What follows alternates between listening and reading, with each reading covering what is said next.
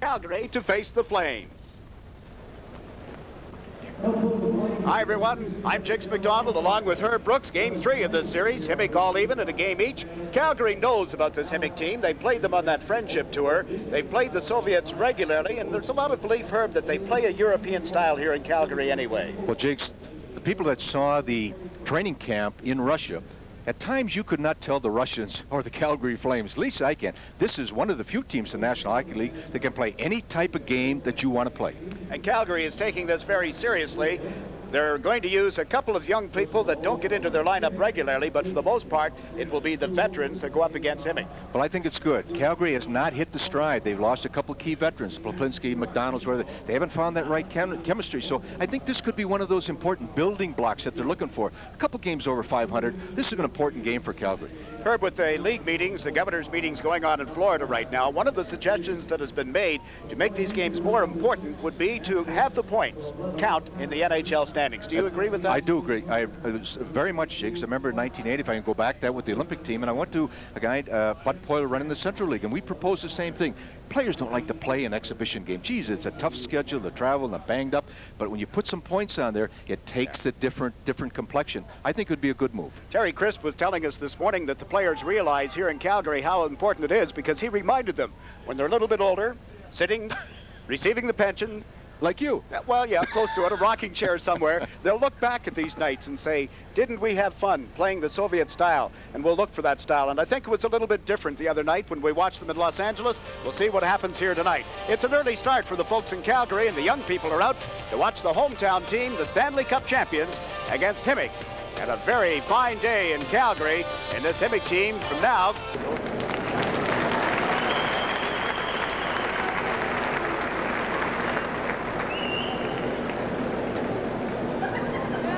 Now, please rise, ladies and gentlemen, for the singing of the Soviet national anthem with Maurice L'Oreal, accompanied by Willie Juicer.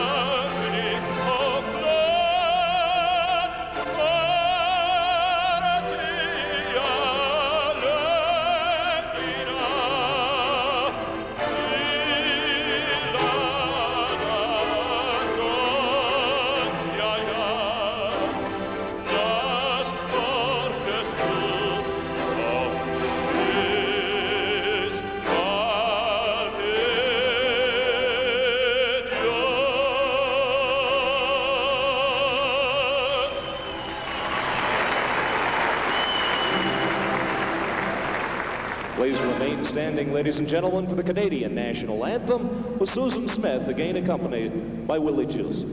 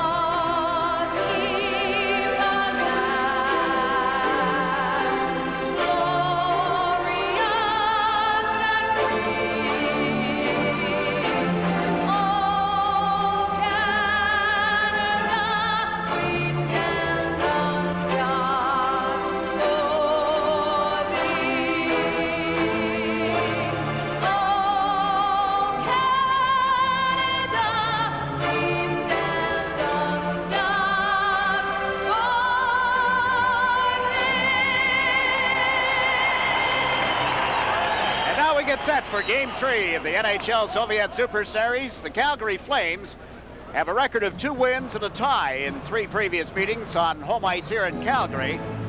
They've beaten the Soviet All-Stars, Dynamo Moscow, and tied Dynamo Riga. And there's the man that we mentioned earlier, has played all 3 games now, Chervyakov, for the Soviets, with a 4.50 goals against average, a win and a loss in this series. Gave up only 3 goals in Los Angeles and a half a dozen the other night in Edmonton. Rick Wamsley, who in his NHL season is 3-1-4 with a shutout and a 4.01 goals against average. 30-year-old netbander works tonight for the Calgary Flames. He split the game in the Soviet Union, and there's tonight's referee, Rob Schick, joined by Shane Heyer and Swede Knox, will work the lines. Calgary sends the Gilmore line out to begin with, Mullen on the right side and McClellan on the left. Roger Johansson has played only 4 games this season, is on the right side of their defense. And over on the left side, it'll be Dana Merzen.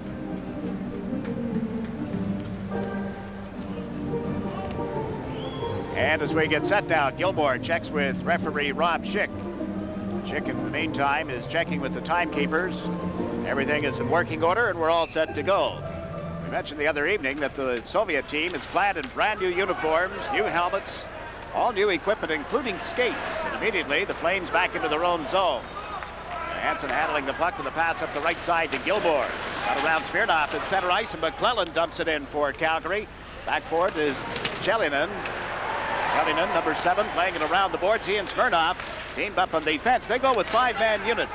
And Zelapukhin comes to center ice for Himik. Over the Calgary line, Zelapukhin turns, and a shot goes off. Merzen ends up back of the net. Merzen recovering. There's the zone. Chelinen back in center ice. Look towards Smirnoff.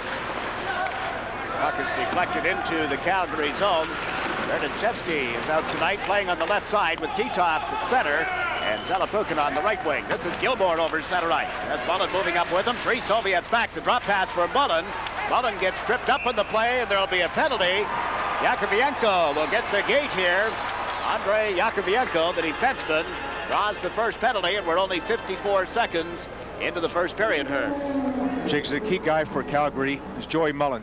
Let's go back in the training camp with Joe. Lost his father, had to have a big effect, did not go into the Soviet Union with Calgary. Then he was fighting, you know, the lower abdominal pull, groin pull. He's had a virus, and he doesn't have that spark that he's had before. He is a catalyst. He can jumpstart this hockey club or any hockey club that happens to be with. When you see Joey making those moves and jumping those holes and legs are going, things are going to happen, you know, in his favor.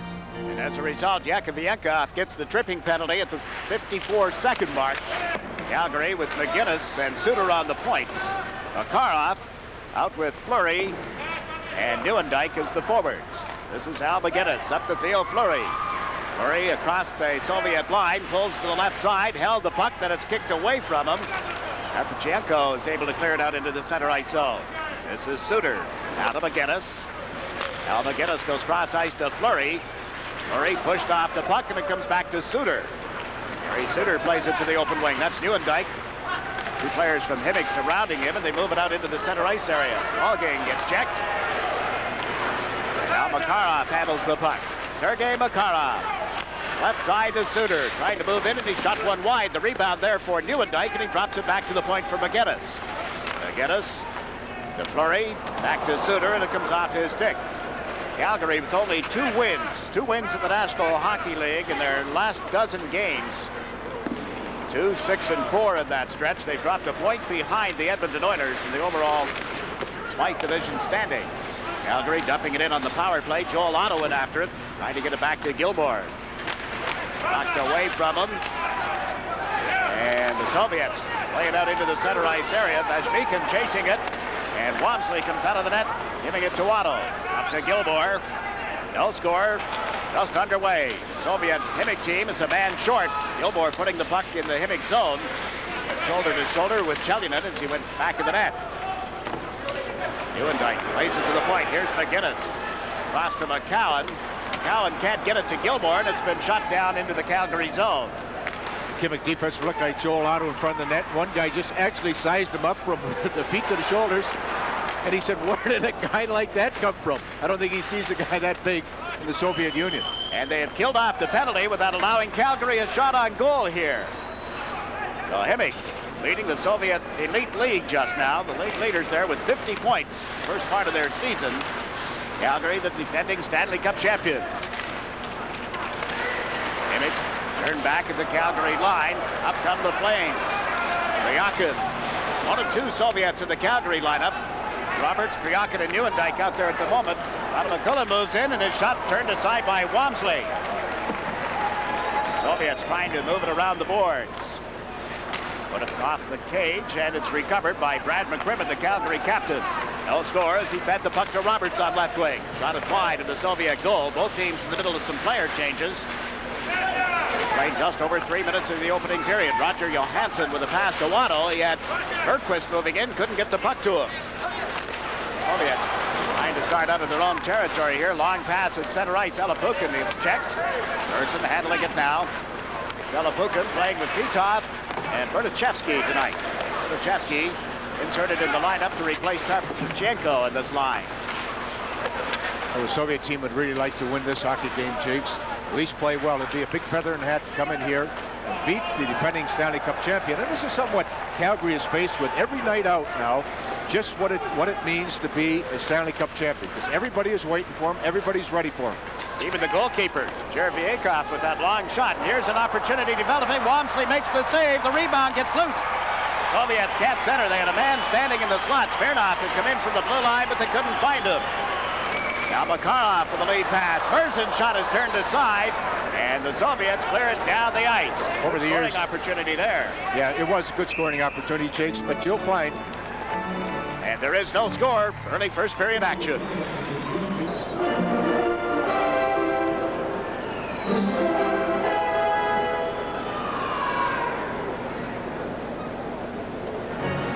You take a look at the pictures here in the Calgary zone. Elapukin, a neat little pass. Well, no kidding. Walmsley just made him move a little bit too much, and now he couldn't find the puck, and he's a little out of control, but he had enough presence to try to find the puck and just not scramble to net. So it was a key save for Walmsley. Makarov here, just a nice little depth pass to Otto. This is what I was going to point out, Jakes, that the Russian goalkeepers now are just a little bit more agile, have a little bit more presence, and they square themselves to the puck on tight-end shots. Well, they've been looking for outstanding goaltending ever since Tretiak retired, in theory. Yelnikov, playing now in the National Hockey League with the Quebec Nordiques, gave them some pretty good goaltending. The national team is still apparently in need of an outstanding young goalkeeper. Strykov moves in. He's hauled down by Suter. Gary Suter's going to get a gate. Got the stick up under the chin. I think Gary got Strykov, and then now Fleury is throwing the weight around a little bit. I think Gary got that lasso over to Corral here, Jakes. Yeah.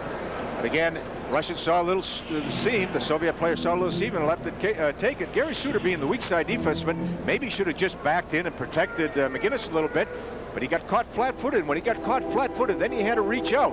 He had to reach out, and then he's in trouble. So both players, McGinnis and Suter, had their stick up, and he elected to get McGinnis and not Suter. But he couldn't call either one of them, Jigs.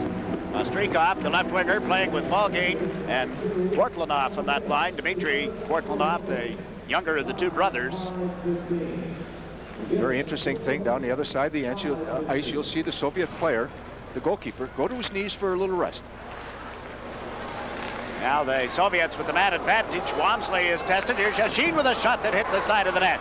Yashin digs it out of the corner, centered it out in front. Volgin puts it into the corner again. Dmitry Kwartlanov and Yashin at the blue line. It's broken up and cleared out by Jamie McCowan. One thing the Soviets do, and we talked about it in the past, I'm sure, they don't have a set power play unit. It's whoever is up, whichever line, and they go with 5-man units, the 3 forwards and the 2 defensemen.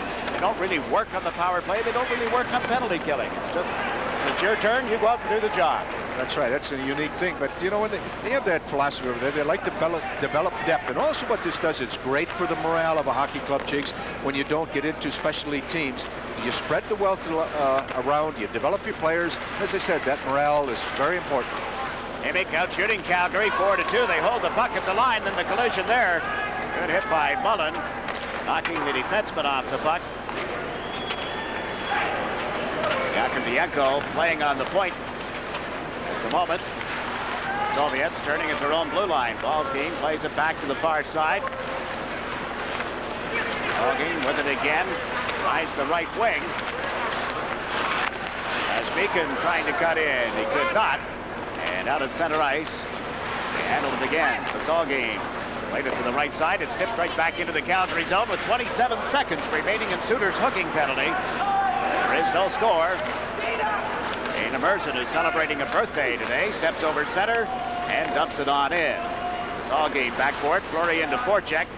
14 seconds remaining in Himik's power play. There is no score. Beacon dumps one in. Beacon probably the best all-round player on this team, number 10, former draft pick of the Edmonton Oilers. He's the man that we told you about the other night who ran into the problems. A nonconformist, and here's McGinnis trying to break over the line. The play broken up. Adam McQuillan put it out in center ice, and it shot right back in again. 12 and a half minutes remaining in the opening period. Soviets spotting the Flames in the middle of the player change. That transition at center ice, but it's broken up. McCrimmon dropped back at the Calgary blue line. Jakes, that transition to center ice, it's not the guy receiving the pass who's the dangerous one, because he's just going to deflect it off to one of the alleys, and someone's going to try to fill that alley. That's the guy you got to watch, and there was a good little case in it. Long pass, deflection, and let that guy try to get it on the fly.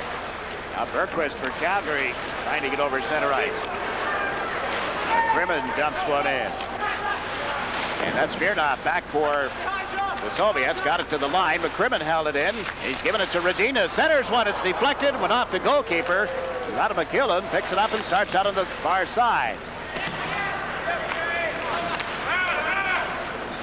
Adam McQuillan out there on this forward line.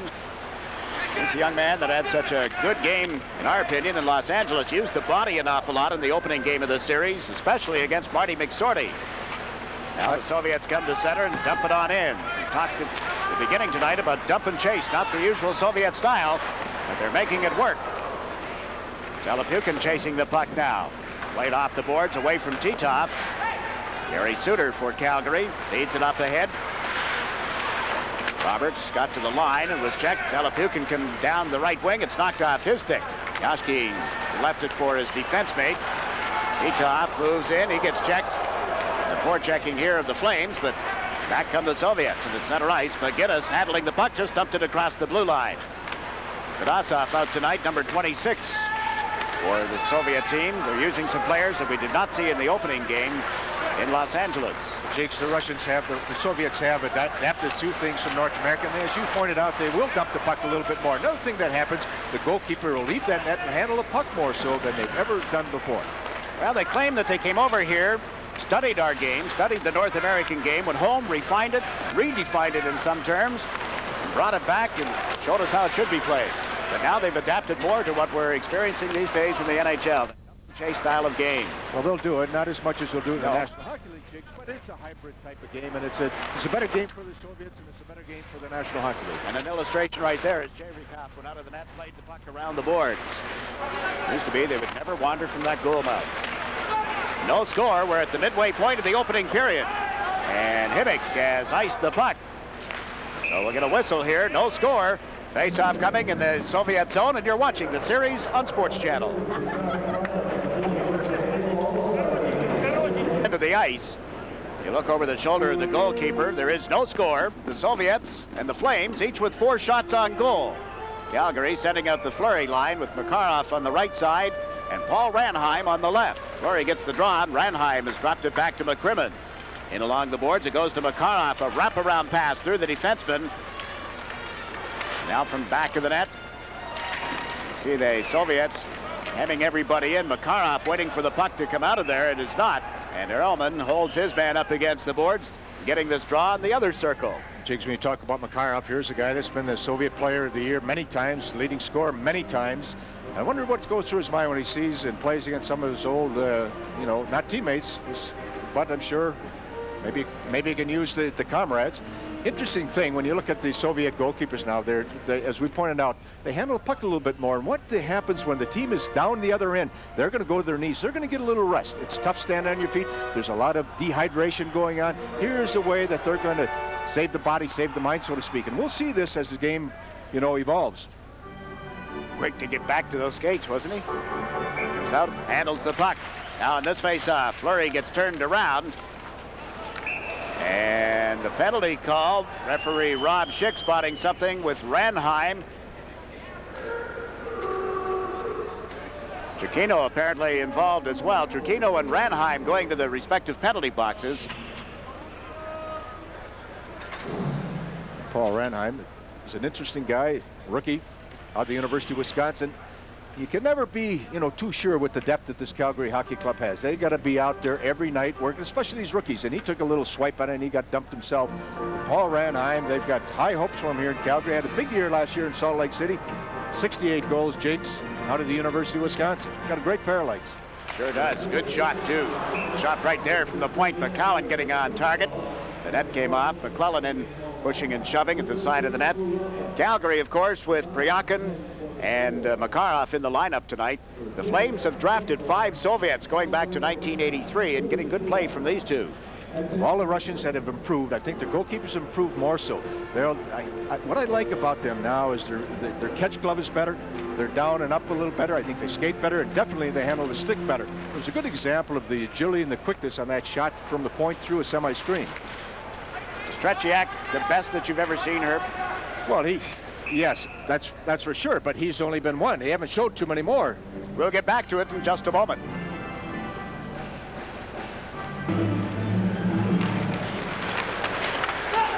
From the draw, the puck cleared around behind the Himik goal. It comes out to center ice and dumped right back in by McCrimmon. Joshkin back for the Soviets. There is no score. Game 3 of the Super Series, and the Soviet team has dumped the puck in. Wamsley had to play it, however. Gave it to McCrimmon, and then to McCowan. Now to Fleury. Yashin chasing Fleury as he comes to center ice. Real Fleury dumping one in. Big Brian McClellan in after it. Played it to the corner. Makarov into forecheck. Makarov trying to tie up the defenseman, Yakovenko, and it's cleared out into the center ice area. Soviets can get no further. Makulin out on this forward line again. Walskeen drops back on defense as we watch McCowan come over the line. Quick shot. Sibiekov dropped to his knees to make the save, and the puck comes right back to the left point. Makarov holds it in. Shot around the boards by Yakovenko. Puck knocked away, goes over the glass and up into the seats. Well, we take a look here at the history of this Calgary team, dating back to when they were the Atlanta Flames. Played a game against the Soviets in Atlanta in January of '78, beat them by a score of 2-1. That was the Spartak team. Then in '83, when they were playing across the street, that's the smaller arena, they won 3-2, beat Dynamo Moscow here in '85, 4-3, and last year on the Friendship Tour, or at least the Super Series, I should say, a 2-2 tie. And then in the Friendship Tour this past September, they beat Himik by a 4-2 score. The only team that they lost to, as you saw, was the Red Army squad, going 3-1 in that set.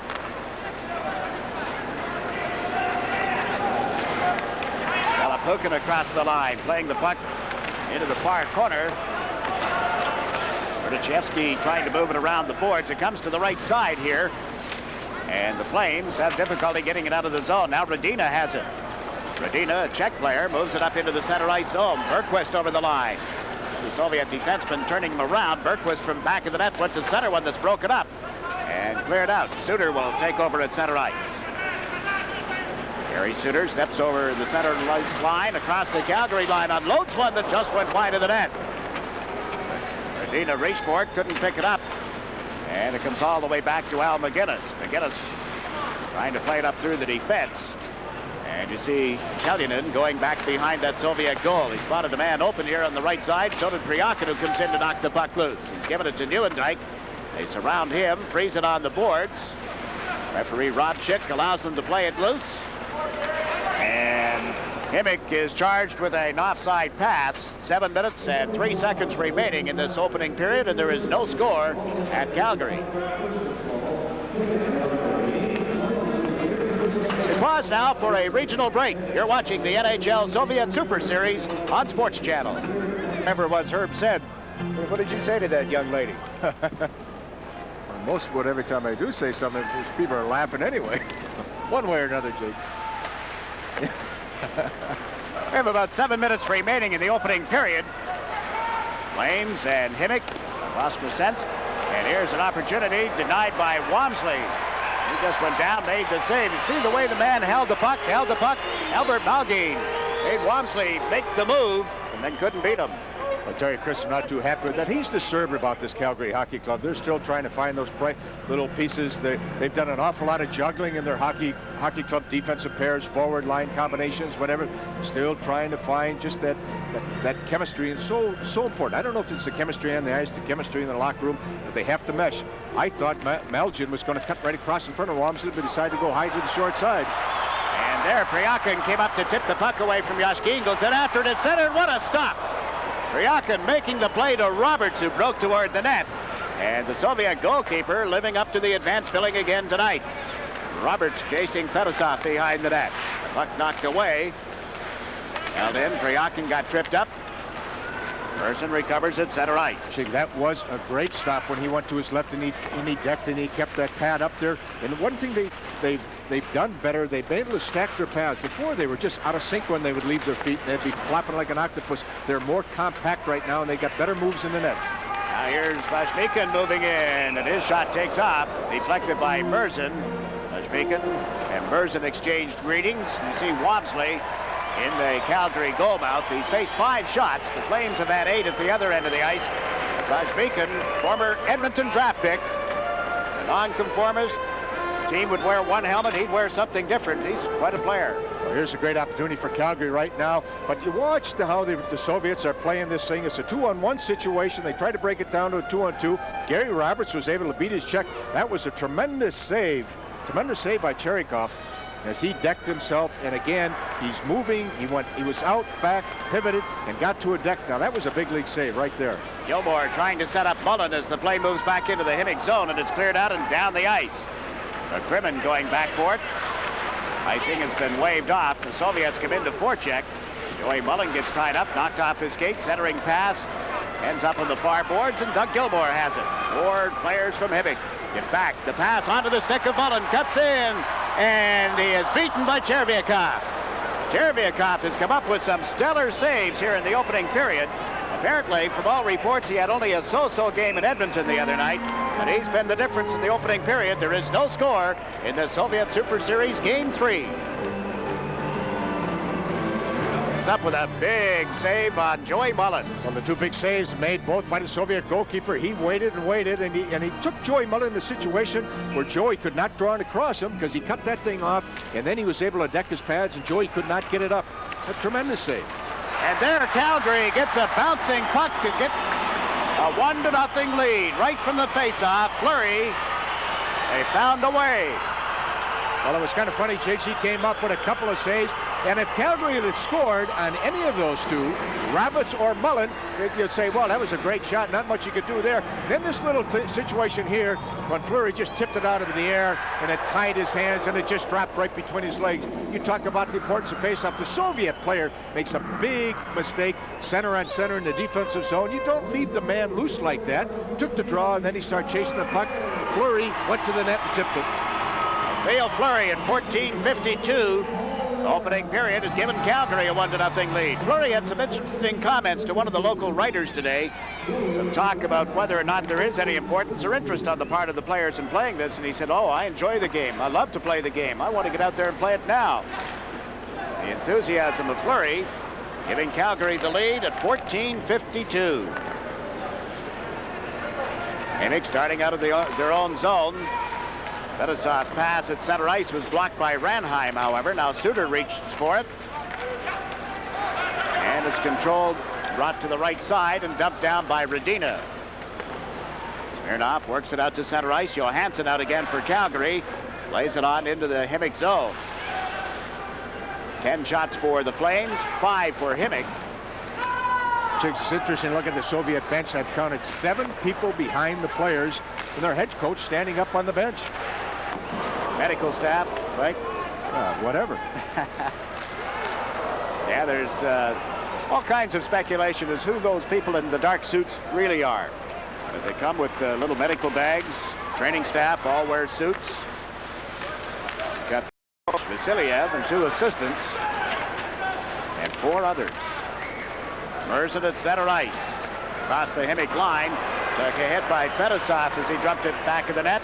Shekin moves it around the boards. Titov at center ice to Zalapukin. It's knocked away from him. Nieuwendyk played it back into Merzen. And then to McCrimmon. His pass through the center ice zone to Nieuwendyk. Up ahead to Roberts. Look toward Priakin, who breaks toward the net. Relays one just wide of Chervyakov. Titov for the Soviets. Turned it over to Roberts. His drive is deflected. Ends up in the corner. Nieuwendyk goes in after it. There's Roberts as well. Gary Roberts pulls it off the boards and has given it to Sergei Priakin. Priakin for the Flames. Went to center. It's broken up. Comes right back to Priakin. A backhander. Pad save by Chervyakov. Nieuwendyk takes the man, but Himik is able to get control of the puck, and they've dumped it down the ice. Jakes, the Soviets are likely to play a very conservative style. They're not forechecking unless they got a loose puck. They're very conservative in the neutral zone. They got 4 guys at their defensive blue line, despite the fact they've got to just be a little more physical. They've got a numerical advantage all over the ice when they don't have the puck, but they don't get involved physically. Ostrikov centers one. Yeah, the physical aspect that we saw in Los Angeles on Monday has been absent here tonight. Gilmore gets bumped on the boards, however, by Smirnov. Kortlanov comes over the line. Dmitry Kortlanov moves in. Wamsley stacks the pads to make the save off number 18. The top scorer in the Soviet Elite League, Dmitry Kortlanov, had a golden opportunity. Now it's held in on the far wing. Malgin puts it in the corner. It's centered out in front. Here's Malgin to Smirnov, and his shot is turned aside. The defense coming up for Calgary. They move the puck to center ice. Himik gets to it there. Kortlanov is checked by Dana Merzen. That was the best 30 seconds that the Soviets had. They had a couple opportunities, but they're not putting it away, and Walmsley was outstanding there in a couple of shots. Under 2 minutes to play in the opening period. Calgary leading 1-0. Kino across the line, dropped the puck. It's centered in front. Vashnikin put it right through the goal mouth. He had Wamsley moving, and now the net is off the moorings. Play allowed to continue. Loose puck in the goal mouth is kicked aside. A backhander. They've scored. Rob Schick pointing to the puck in the back of the net. We're tied 1-1. Roman, I believe, is the man who tipped it in by Wamsley. He was the star of the game in Los Angeles with a pair of goals on Monday night. And he has tied it here with 1 minute and 24 seconds left in the first period. It was your arrowman, Jakes, and he got a loose puck right on the side there, and Walmsley could not move over to the short side, and he just buried it. But more importantly, Calgary, you don't see this too much. You've seen a little bit this year, but again, they were running around. Nobody stayed with their checks, and when you don't stay with your check, you don't stay with your man, the guy that you left is the important guy, and that's the guy that's going to burn you, and that's exactly what happened. Once you're with him, stay with him, and then things will fall into its own place. But Calgary, over the last few minutes, they were running around in the defensive zone. Soviets haven't had it in there too often, but if they put a little more pressure on the Calgary defense, they might have some more opportunities, but they've elected to play a very conservative game without the puck. Valer Roman scores at 18-18. Himik all tied up here, but Fedosov is going to get the gate. He put the elbow into Fleury. Fleury went right back. Chased Fedosov deep into his own zone, but now the Soviets will be a man short.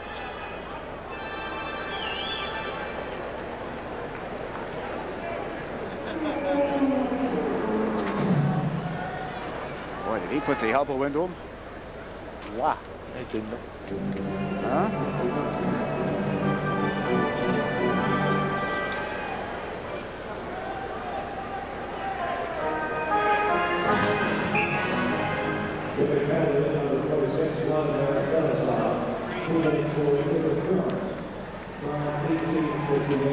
It's being called interference. The defenseman Fedosov goes off at 18:58. He brought the elbow up into Theo Fleury, really upset the Calgary centerman. You see Fedosov over in the penalty box. Not to be confused with Fetisov. This is somebody totally different.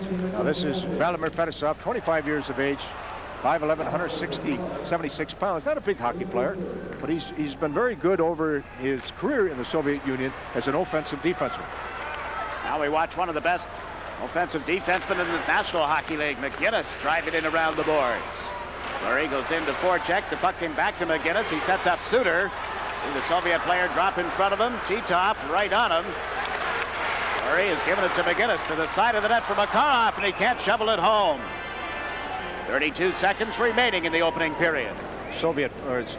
the Calgary power play this year has been pretty good at 30%. They're still trying to find, as you look at their hockey club, you look at all their line combinations, they're still trying to find that common denominator. And I know it worries Terry Crisp, worries the coaching staff. There's a guy that hasn't worried him because he's had a tremendous year for him. A lot of conjecture about him. Well, should he be considered for the Calder Trophy, the Rookie of the Year? Sure, he should. Don't you agree? Two schools of thought. I don't know. Until, yeah, I'd like to see the rule change, but you can't change it now, so I guess he has to be considered, Jason. Maybe that sounds like a cop-out, but... It is. I can't believe that from you. Why shouldn't he be Rookie of the Year if he puts the numbers up? Well, there might be someone who's going to beat him out regardless of the rules. Well, it could well be. Young man in St. Louis by the name of Brindamore is having a heck of a year. Madano and with the Minnesota North Stars having a great year. Now Fleury is across the line, set it up, and the drive is a little wide of the net. It came back to McGinnis to Suter. Through a screen, that's wide. Makarov can't get to it. Smirnoff knocking it away from him. And Himik has iced the puck as the horn sounds to end the opening period. Fleury and Roman, the goal scorers, in a pretty good period once they got things rolling here, Herb. Well, yes, it was pretty good. But again, the Soviets have taken a very conservative approach, Jakes, to the game without the puck. They're not forechecking, neutral zone. Again, very conservative. At their defensive blue, they got four guys stacked up all the time. And yet, the Calgary Flames had some outstanding opportunities. 1-1 is the score at the end of the first period as we pause now for a regional break. Training camp. It's now the Soviets' turn to visit the NHL. It's the classic matchup that we've all grown to love over the years, but Al McGinnis admits the excitement and mystique may have worn off. You know, at first it was used to be every 4 years that they'd play, and you know, it would be a big hype. It would be the best teams and so forth, and it's a better comparison. But I don't think these games this year are going to mean a whole lot. It's not a Canada Cup or a Rendezvous 87, but the Flames realize that it's always a challenge to meet up with the Soviets. Well, I noticed that they're very talented with the puck and very strong on their skates. They're great hockey players, very knowledgeable hockey players, and they play the game the way it should be played. You know, they like to just pass and skate and shoot, and it's fun to watch them. The NHL-Soviet connection was taken one step further this year with the arrival of several Soviet players. Makarov and Pryakin have added depth to Calgary's game, but the Flames say they've had trouble adapting to the Soviet style. You can't change like a guy like Sergei Makarov because he's played 10 years the way the Red Army team plays, and he's freewheeling and he likes to go all over the ice. But as here we need help sometimes, and he's just not quite used to our style yet. And you can't change a guy like that, so you got to kind of adapt. And they are very, very tough to change into our concept of our game, and we find a lot of times that we're working around them, trying to get our guys to adjust, and maybe sometimes we're not right, we're not fair in so much that why should we be trying to change 19 guys to work around one when maybe we should be trying to take that one and initiate him into our system a little more, a little fully. Adapting will take some time, but Makarov has been working well with line mates Joe Nieuwendyk and Gary Roberts. Well, for 10 years he's been playing different hockey, different style of hockey, but he's getting used to North American way of playing now, step by step. A new era in hockey has begun. It'll be interesting to see what the next 10 years will bring.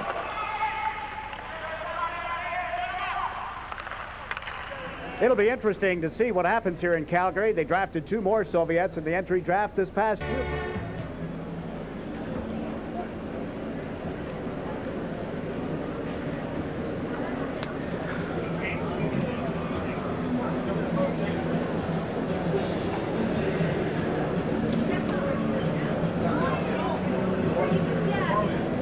We're 45 to us, guys.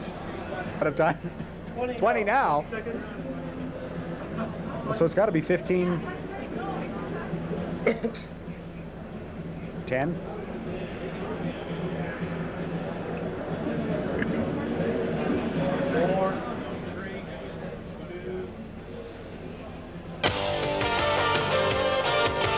Through the first 20 minutes tonight at Calgary, the Flames and Himik have played themselves to a 1-1 tie.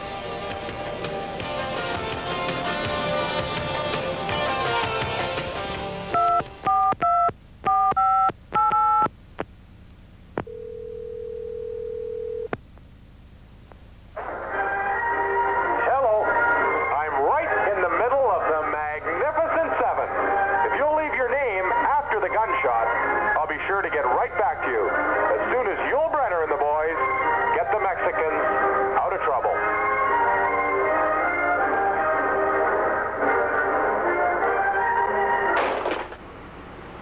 Poplinsky, what a rockhead.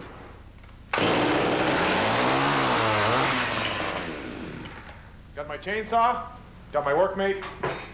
Come on, let me give you a little tour. I made this little baby.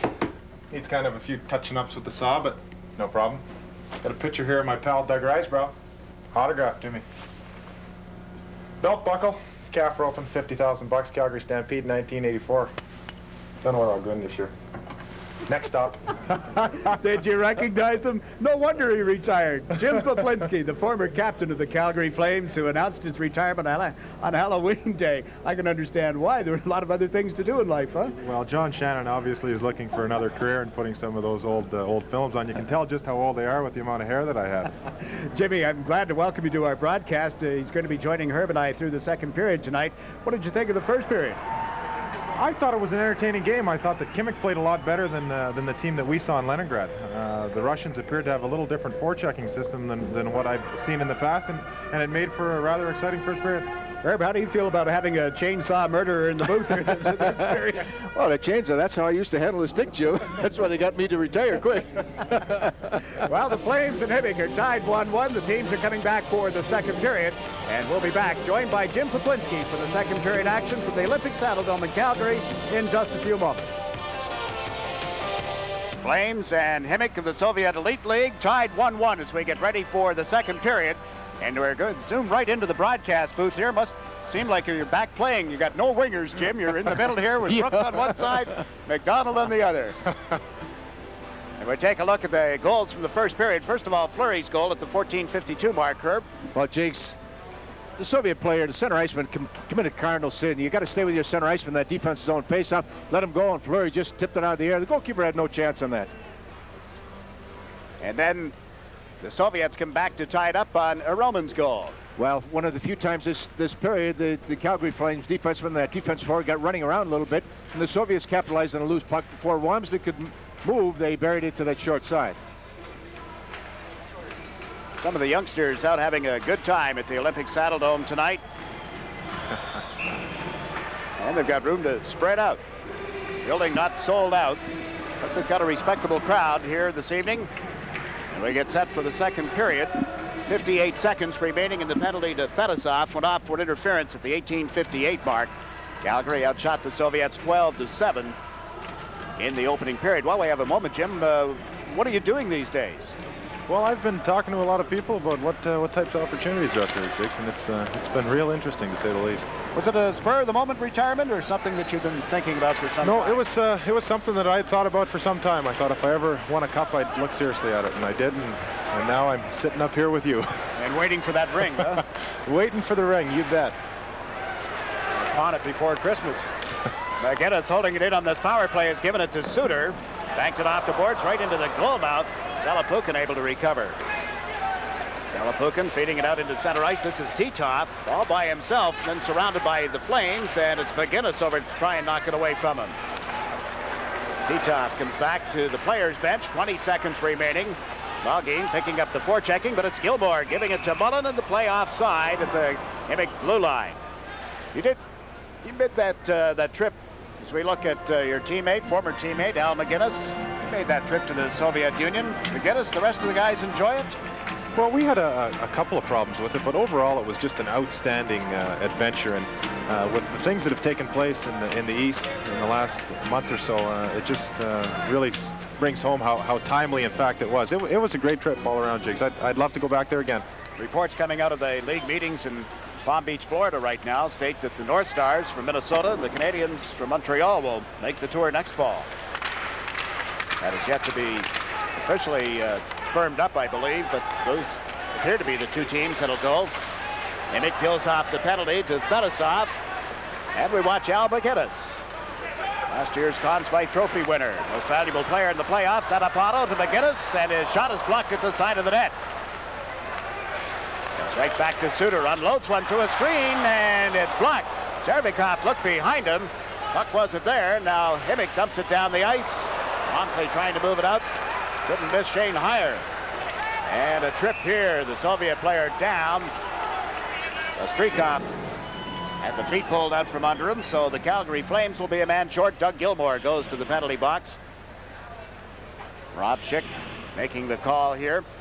Just to go back to your experiences in the Soviet Union, I was reading recently where things are really expensive, and I guess we've heard that over the years, but the fact that meat and dairy product consumption is way down on the decline, no wonder they don't have the strength to stay up here, huh? Well, it looked to me like he had a little bit extra strength to give himself a boost. I don't know that I'd have been calling a penalty in that situation. That one's right off the post. And the Soviets have got a big break right there. Chernikov was looking behind him. Now McGinnis had a good opportunity, and everybody thought it was in. A couple of Calgary players put their arms in the air. Would you like to get a goal right now in the first couple of minutes of that period to get off and run? And I think that's maybe just the type of game that Calgary needs, just to get a little confidence in here. And it's every night out, you know, everybody just waiting for him. Calgary, a man short, able to ice the puck, and they do as McCowan dumps it down. Yashin will go back. Yashikin. They go with the 5-man unit, and lugging the puck over center ice is Malgin. Albert Malgin went to the left side. Wartmanov, Vostrikov to Fedosov. Yashikin, and he's checked. The Flames clear it to center ice. Half a minute gone, and the penalty to Gilmore. 1-1 is the score at Calgary. What are your memories of this Himik team when you played them in Leningrad, Jim? Well, their uniforms weren't quite as bright. I can tell you that, and their skates were somewhat older. But these are the old Vancouver Canuck uniforms, I think, aren't they? I kind of like them. I think they're colorful, and I like the way they're put together. They're a much quicker looking team than what I saw in Leningrad. Yeah, they've surprised a lot of people, especially in the Soviet Union, by jumping out. They had a 14-game undefeated streak, well up ahead of teams that we're very familiar with: Central Red Army, Soviet Wings. Well, they've got some pretty good skill, and with the transition in the national team now, I think that's probably given them a bit of a boost. They've got half a dozen players or so that are on the national team, and that's definitely helping this club. Big Joel Otto moving in. That got tied up by Chelyanin. Otto takes the puck away from him, dragged it a little bit. Chukino knocked it off his stick, and the Soviets, Ehrman is across the line. Long rink-wide pass.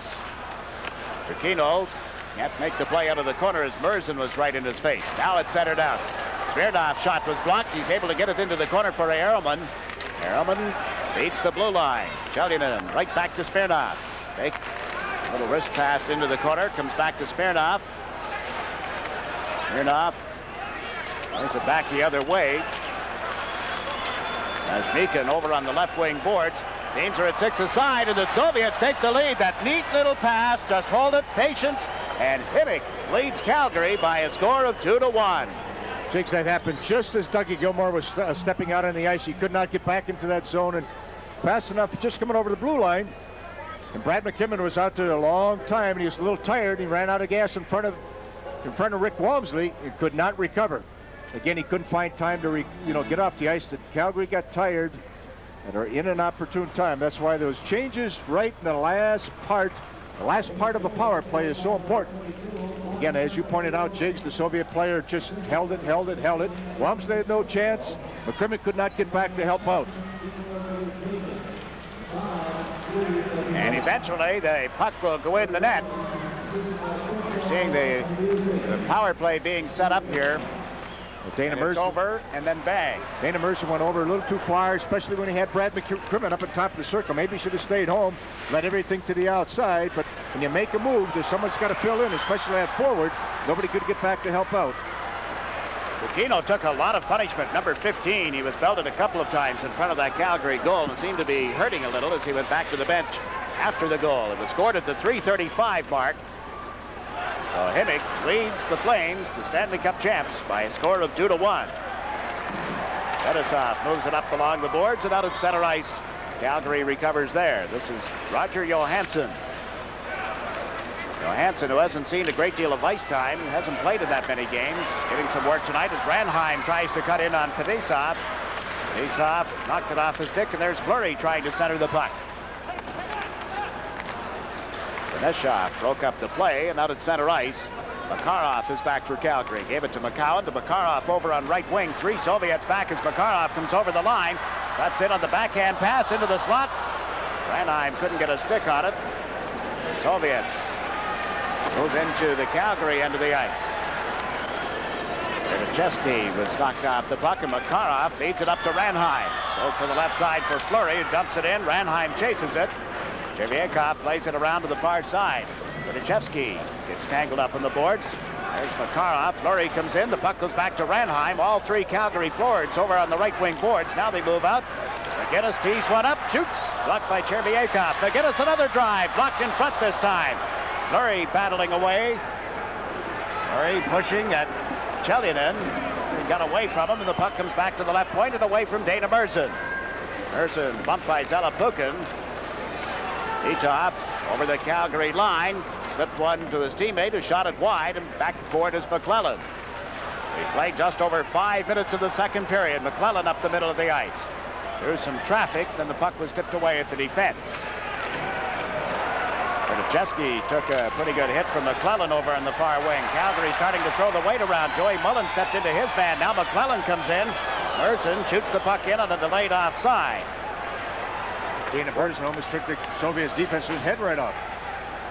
Going to the body more regularly. Calgary trailing 2-1. We mentioned earlier the Flames in some tough straits here recently. They've won only twice in their last 12 games. In fairness, four of those games ended in ties, and they lead the NHL with 8 ties thus far. Tricks over the last 3 minutes, this game is picked up. Tempo's picked up. Both hockey clubs picked up. Calgary's stung by going down 2-1. They don't want to lose this game. All they have to do is maintain this pace, finish their checks, make some shots. They're going to be fine. You talked to some of your former teammates about their interest in this game, Jim? Well, I've been involved in a couple of them, and I think the interest is somewhat reduced before the game starts. But as soon as you get into the competition and you realize how much fun you can have, it picks up. And I think we're starting to see that at this point in the game. The Flames are down, and they're looking to make it a game and to compete. Would you like to see the points, say 2 points for a win, 1 for a tie, count in NHL standings? No, I don't think we ever want to get to that. It's not a big part of our schedule, but it's a fun game to play. I always enjoy playing it. Walmsley handling the puck in the Calgary goalmouth, and it's picked up by Brad McCrimmon. There's been some discussion apparently at the governor's meetings in Florida just now about that possibility of the points counting in the standings. Add to the interest. Well, there's been discussions at the governor's meetings about taking out the red line as well, and I think that although some of these things seem to make some sense, they at times get overplayed. Radina handling the puck here with a pass to Roberts, and his backhander may have been going wide, but Cherviakov grabbed it and held on to it. The Soviets lead Calgary 2-1. We'll be back in a moment. Cherviakov, the 24-year-old goalkeeper for the Soviets, facing Al McGinnis a couple of times here in this second period, Herb. Well, I don't think he knows who Al McGinnis is, and maybe he does, but if he did, he would be a little bit more nimble than he was. Just like the guy the other night in L.A., Jigs, when they were running Marty McSorley, and I said, hey, he doesn't know who he's running at. Rada McCullen was involved there a couple of times. It's Marty looking around to see who number 9 was. The last few moments, Calgary has taken the body more regularly, trailing 2-1 here on home ice. Here's what the Soviets will do. They'll start spreading out the ice. They'll start lengthening the width and the depth of the ice, look for those long passes. They start using the clock. They run the clock to their favor. That's why the Calgary defensemen have to move up, close the gap, force some turnovers.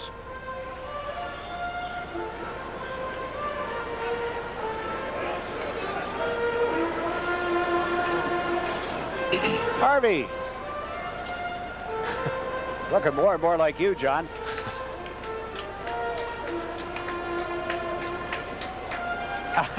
Who scored the Soviet goal? Are any of them in the booth? Okay. Yep. Okay, now we turned it up a bit. That's fine, thanks.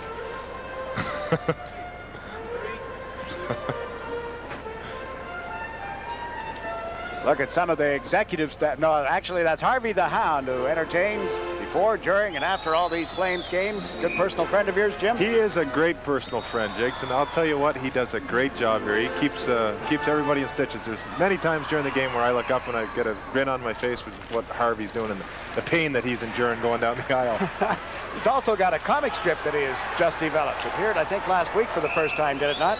Well, that was something that I didn't know, but he's become a real fan favorite here, so it wouldn't surprise me one little bit if he's into something like that now. Well, the NHL officiating staff knows about it. It ran last Friday, I believe, or Saturday perhaps, and it had to do with donuts and striped jerseys. And Can I guess what the third part of it was? Probably, you could. Jim Poplinski in our booth tonight. Harvey the Hound's trying to get close to Jim. We won't bring Koharski into it. I think we have. The penalty here, of course, will give Calgary the power play opportunity. Walsh again getting the gate. Again, what you find out when you go to the net, you're going to draw some penalties, and the case in point right there. The Soviet player was holding on. He did it right in front of Robbie Schick, and he got it. Big opportunity for Calgary. Get this thing back in an even keel. Hogan in the penalty box. Suter handles the puck with a pass to McGinnis. Went to the right side. Makarov fake once. Now feeds it off. Intended for Suter. He's bumped by Zalapukin as he went to the corner for it. Valery Zalapukin knocked down. There's Fleury battling for it on the boards along with Nieuwendyk. Fleury walks off the boards, comes right in front, centers, and Makarov scores! What a play by Fleury to set up Makarov. Well, that was a tremendous play by Theron Fleury. He just held. I thought he was going to try to flip it over the Soviet defensive stick, but he brought it back into his own feet, let him slide by, and then he just gave it to Makarov wide open net. He couldn't miss that one. Again, he's sort of the designated shooter on that thing. When the Flames go into that nice umbrella on top, there's always going to somebody open. There's a tremendous move there. Again, maybe the Soviet defenseman should say, well, do I go to Makarov and let the goalkeeper take Fleury? But if you're going to make a move, you got to go one way or another, not get caught out in open ice. Well, Fleury made him commit himself, and when the D did go down, Flower made the right play. What did surprise me, or wouldn't have surprised me, if Makarov would have put it back to Fleury. Yeah. He loves to do that. Doesn't want to score. He doesn't want to shoot. Well, he doesn't mind scoring either. Does he really overhandle the puck, in your opinion, Jim? Does he overpass? If I could handle the puck as well as Sergei Makarov, I'd handle it a lot more. And I'll tell you, I don't mind watching him handle it. He's such an exciting player. He knows what he's doing, and I don't think it's right for somebody to be telling him to shoot at every opportunity. He's creating chances all the time. There's a rookie by the name of Ranheim who tried to cut in off the left side. Makarov with the puck here. Look at that move. Makarov ate up the defenseman and then high. Well, that's what Jim was talking right there. He might have had a pretty good shot in the short side high, but he liked to pass over there to Fleury through some traffic. Well, he's capable of putting the puck right on the tape, and when you have somebody that can do that, you go to the net. Gary Roberts was a big part of that early on in the season with 15 goals and I think 15 or 16 games. Jim, when did Terry Crisp go to this line of Makarov, Ranheim, and Fleury? I'm sorry, Herb? When did they put Makarov with Fleury and Ranheim? Was this just recently? That is just for tonight. The ordinary line is actually Nieuwendyk with Roberts and Makarov. 2-2 is the score as we pause now for a regional break. Well, here's what we were talking about earlier. Makarov, again, you're going to see him come up with the puck a little bit early. He's going to go down, make just a little move to the inside. Now he just sees the ice. He's got that vision. He's got the feel. He's got an instinct where everybody is.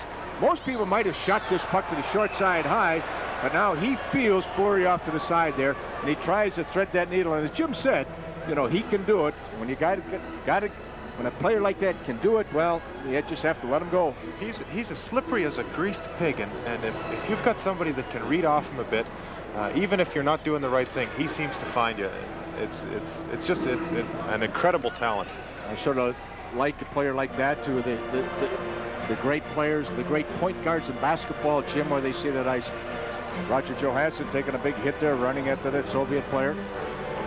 There's regular comments that the Swedes aren't that physical, but from what I've seen of Roger Johansson this year, he's a spunky guy, and that's just what the Flames need. Jim Poplinski joining us in our telecast booth here at the Olympic Saddle Dome as Himik has just iced the puck. We're sitting with exactly 9 minutes and 4 seconds to play in the second period, and the score tied 2-2.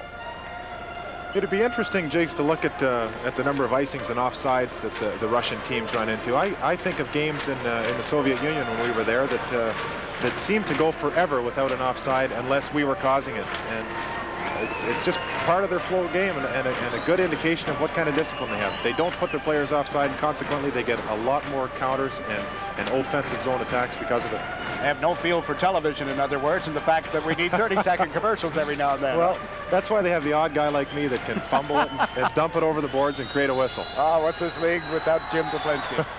Referee know better than that. Oh, what a hit. McCowan got Turkino with his head down and gave him a pretty good shot right in front of the Soviet bench. Now the puck dumped in. McClellan in to chase it.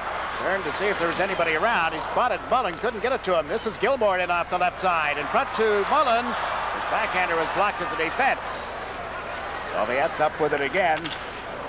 Vashnikin looked at the move, then he gets upended at center. Play allowed to continue. Vashnikin doesn't believe it. We welcome our audience in Sports Channel Florida territory who just joined this telecast from the Olympic Saddle Dome in Calgary. The Flames and Himik of Voskresensk are tied 2-2. Himik is playing their third game on the tour, the NHL Super Series. They defeated the Los Angeles Kings, lost in Edmonton, and have led here tonight 2-1. The trail now, they're up one, or at least trailed 1-0, then went ahead. And they come right knocking at the door here again. Otto McTullin in the corner. Off Matulin playing it around the boards. Bedosov sets up at the right point. He got checked by Joel Otto. Bedosov drops it back into the center ice zone. The Soviets trying to move it through center. And Otto's pass was knocked away. Cleared back inside the Calgary zone. That's Merzen to Roger Johansson. Johansson slipped it by one man and now dumps it to the Himik blue line. As Sheen able to trap it there. And they bring it back. They've broken up at the Calgary line. Here's Otto to Merzen. Got it in wide of the net. It bounced right out in front. Is grabbed and then fed off by the goalkeeper. That's a planned play, Jigs. Dana Merzen can shoot the puck from 150 feet away and hit a 2-inch piece of iron in the corner and cause it to be a shot on net. It's quite a talent. You're going to have me believe in this, Jim. You keep this up. Zalapukin here. On the right side, Zalapukin trying to cut in. Can't get around Merzen. That, too, is a set play. I like to see my leader here just get his chain pulled like that. Jimmy, keep it up. Not too often you just get Jigs McDonald flat-footed. That's a good one, Jim. Yeah, the payback is what? 6.5 minutes to go in the second period. It was 1-1 at the end of the first. They're open with the second of the game. Gave Himik the 2-1 lead before Makarov scored for Calgary. This is Pryakin. Sergei Pryakin to Suter. And now back to McCrimmon. Flames captain dumps one in. Chelyanin chasing it, takes it back in the net, then played it away from Pryakin, but McCrimmon got to it. He's given it to Pryakin. To Fleury, back to Pryakin. Smirnoff all over him. Pryakin to Fleury, now to the blue line to McCrimmon, and his shot went off the forward. Vidachevsky was moving up. Puck still loose. Zalapukin gets over the center ice strike. Fleury steps in front of him. The puck goes loose for Brad McCrimmon. A little less than 6 minutes to go in the second period. Fleury to McCrimmon. McCrimmon takes a look, fed it off to Fleury over on the right wing. Didn't play it through center ice. It hit Vostrikov. Right back to Fleury. Steps over the line with Ranheim. Fleury holds it. Backhand shot. He scores!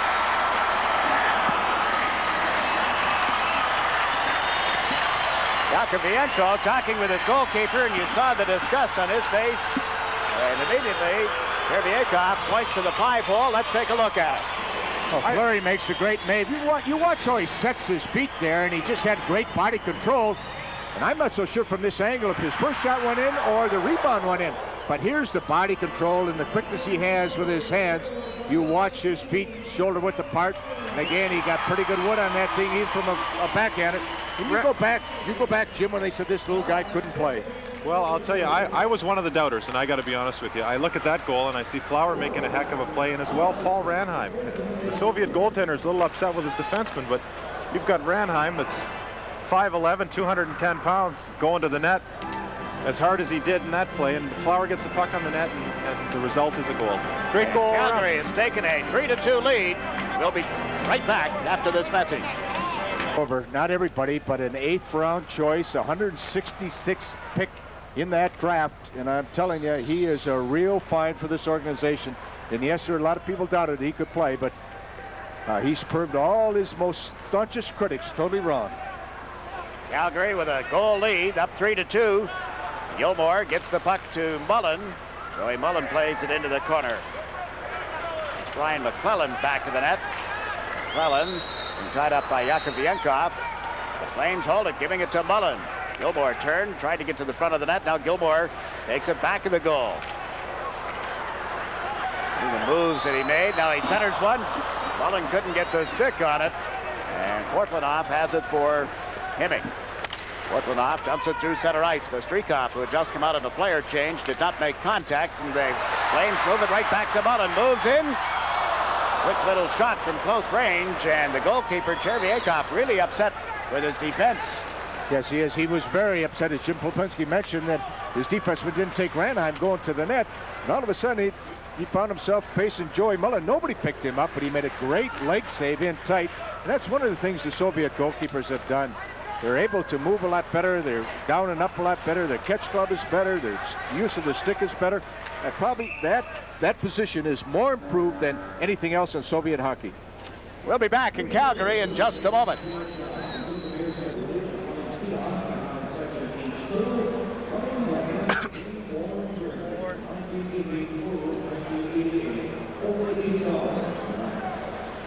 This is one of my favorite plays, getting a puck rolling. Joey Mullen does a heck of a job of getting a shot with a rolling puck, something that I wasn't able to do. He does a fine job, and Cherviakov ends up kicking out that right leg and is equal to the task with an outstanding save. He has been yapping away at his teammates. I mentioned how upset he was, and during the commercial I just said to Jimmy, he must remind you of a former goalie that you played with, Jim, by the name of Daniel Hector Bouchard. Well, you get in the middle of a game and you want to do your best, and you want to stop a goal against, and at times emotions get in the way of what should be done. But I didn't see that his defenseman made a big mistake. I think if he was complaining to them, he's out of line. And the Soviets trailing by a score of 3-2 here. Try one of those wraparounds. Gino got pushed off the puck. Actually got decked. That gives Otto dumps it in. Gives you an idea of the strength of Al McGinnis. He's got tremendous upper body strength. He was standing planted, and he just bench pressed the Soviet 20 feet into the corner. Moves there shown by Vashmikin.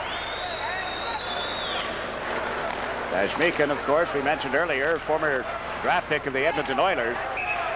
See the goaltender covering the puck, and we'll get a face-off here. The Calgary Flames are leading 3-2, and you're watching the Soviet Super Series live on Sports Channel.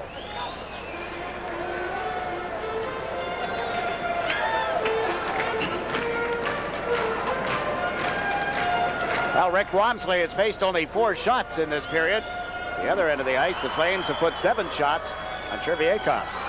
Well, I'm sure Terry Crisp is happy to see only 11 shots against his Calgary Flames tonight. There's been a bit of concern from the defensive standpoint, and to keep a Soviet team to 11 shots is a good accomplishment. What about the balance of the NHL season for this Calgary team? Can they get it back together? Can they get that missing ingredient, whatever it is right now, Jim?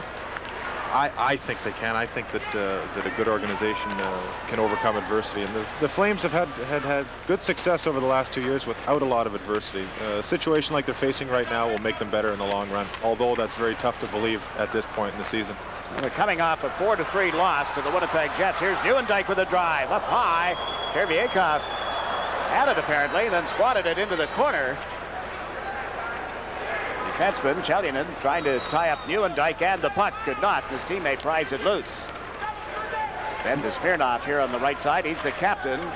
25-year-old defenseman dumps it into the Calgary zone, and it's Suter up with it. Long pass to Neuendijk. Cross ice to Roberts. It's deflected and goes over the glass.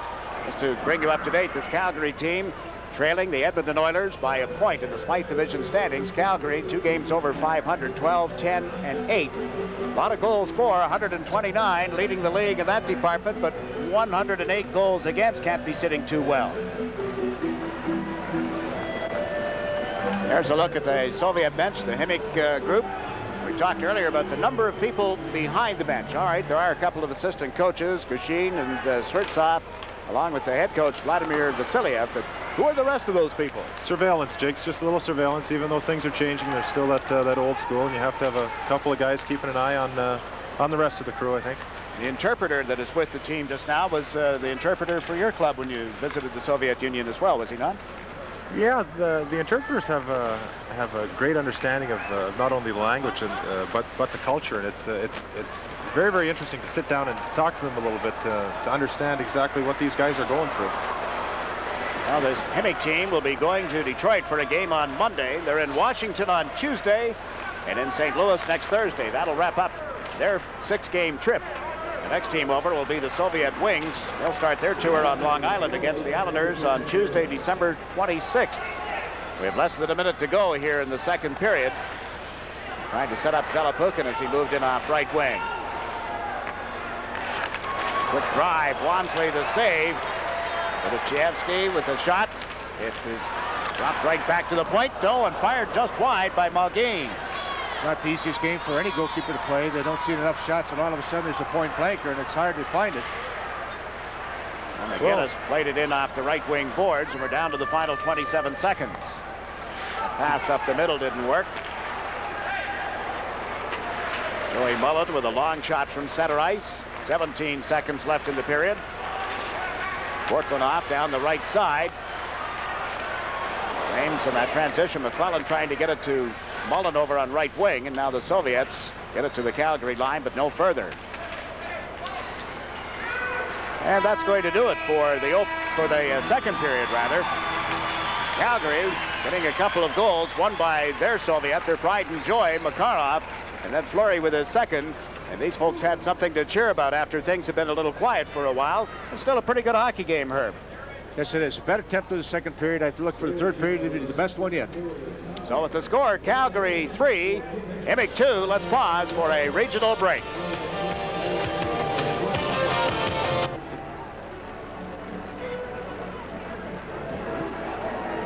Calgary leading Himik. Joel Otto will join us in our studio in just a few moments. We're experiencing some technical difficulties downstairs, but right here in Calgary, the folks are enjoying another in the Soviet Super Series.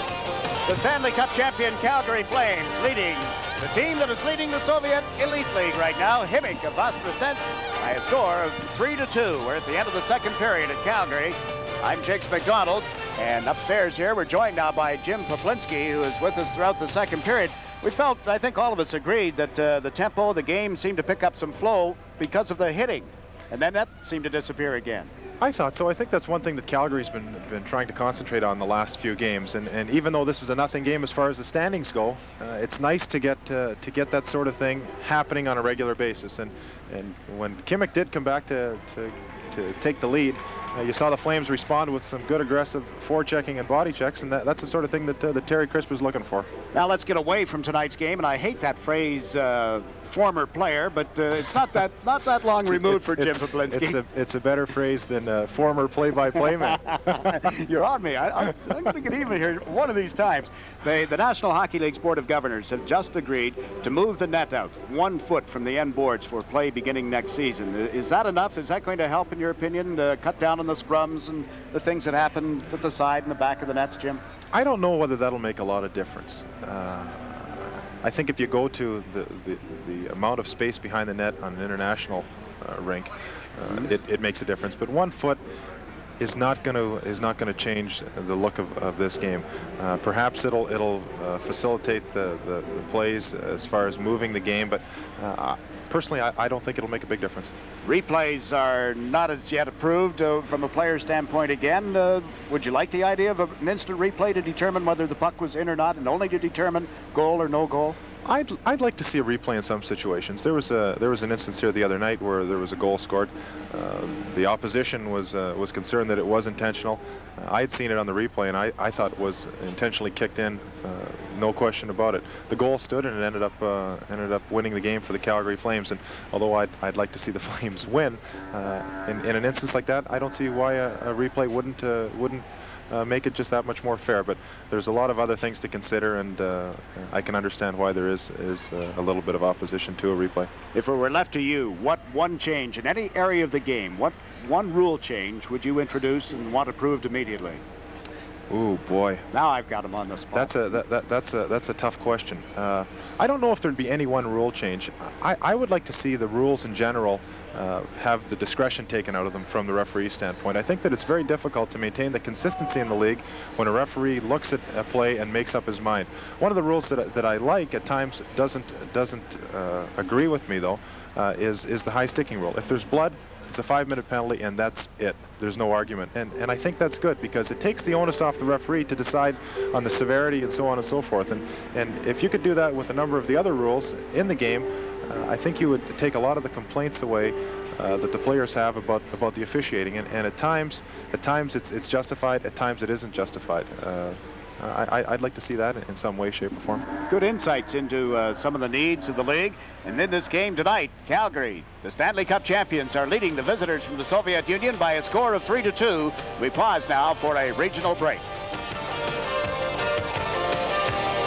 Now, a Soviet fashion show, although these are probably fashions purchased in Calgary. Jim Poplinski, can you identify them? You're looking at two of the prettiest Soviet women in the world. On the right, of course, is Vera Makarov, and on the left is Larissa Fryakin. Their husbands, now members of the Calgary Flames of the National Hockey League. I'm sure this is like a reunion for them. How are they making the adjustment? How are they enjoying what's going on here, Jim? Canada's a great country, Jigs, and as is the United States. And I think that although these players have been all over the world, they're enjoying this as much as they've enjoyed any experience. And it's great to have them. There's obviously some concerns, but they've done a good job in adapting, and it makes it interesting for everybody concerned. Take me back to your thoughts after the Olympics of 1988 when you played with the Canadian team, and then of course you had so many players joining this Calgary club. Radina and so on. By the time you got back to training camp, there must have been about 30-some players, or I shouldn't say training camp, back to begin the next part of the season. There's 30-some players here. We have had a lot of players, but I think that's the strength of the Calgary Flames organization. There's been the foresight to look down the road more than your next game. It's been in the neighborhood of a couple of years, and although at times you look at it and you think, gee, we've got 5 or 6 extra bodies kicking around, it's been a real godsend at times, and it's allowed the team to have that depth that's needed when you get into the run in the playoffs. That's the reason that the Flames have been successful in the last 5 years. And I'm sure a lot of the fans tuned in tonight to watch this game between the Flames and Himik would be interested in what Lanny McDonald is doing since he's retired. Lanny is the Vice President of Consumer and Corporate Relations. Consumer and Corporate Relations, I think that's a government office. Community and Corporate Relations, I should have said. Nobody warned me when they said Poplinski was coming up to join us. Nobody warned me about the comedy routine that he'd been working on for the past month. Lanny is actually he's working in the front office, and he's I think can pretty much define his own job description. He's a guy that has a lot of interest in what's going on outside of the game. He's got a number of different interests in different charitable organizations. Special Olympics is a big one, and he kind of keeps a lot of things in line, and I think that he's relied upon for advice in different situations. He's a character guy, and he's a guy that anybody would like to have in their front office. Well, the Flames are deep in all areas, on and off the ice. They are the Stanley Cup champions, and they are the leaders by a score of 3-2. We're getting ready for third period action in Calgary following these messages. Before Poplinski in the middle and no wings, Brooks and McDonald as we join you tonight from the Olympic Saddledome in Calgary. Himik just now returning to the ice to begin this third period. We check the out-of-town scoreboard, other games around the National Hockey League tonight. 2-0 now. The Pittsburgh Penguins defeating the New Jersey Devils under Craig Patrick. Penguins 3, Devils 2, and Detroit beats Minnesota by a score of 2-1. A couple of other games. Detroit, as you see, with that 2-1 win over the Minnesota North Stars. Boy, Winnipeg got off to a lead, but as Montreal come back, 5-3 now. The Canadians are leading Winnipeg in the third period of that game. And up the road, a couple hundred miles, the Edmonton Oilers are leading the Los Angeles Kings by a score of 2-1. That one in the second. And that's the first of a long road trip for Los Angeles. It may be sort of a telltale factor in how their season is to unravel from here on in, as the Kings have been hot and cold, a little hotter more recently, although they did not play very well against Himik to begin the Soviet Super Series with the NHL teams this past Monday night. Training camp for the Calgary Flames. And for the Washington Capitals, held overseas. Good idea, bad idea, Jim Poplinski? Well, I think it can be a better idea for teams that are to follow. There was some bugs that had to be ironed out. In your rooms, you mean the listening devices? Okay, Jigs. Now you're starting to pick up the pace. You're picking up the pace. No, it was actually a great trip, but the travel certainly is a factor. And I think when you come back here and you don't set the world on fire right away, you start looking for other reasons why that is. But I don't see that the Russian trip had a real detrimental effect on the Calgary Flames. I think it was a great experience, and it should be looked at as such. And for teams to go in the future, they should be happy to participate.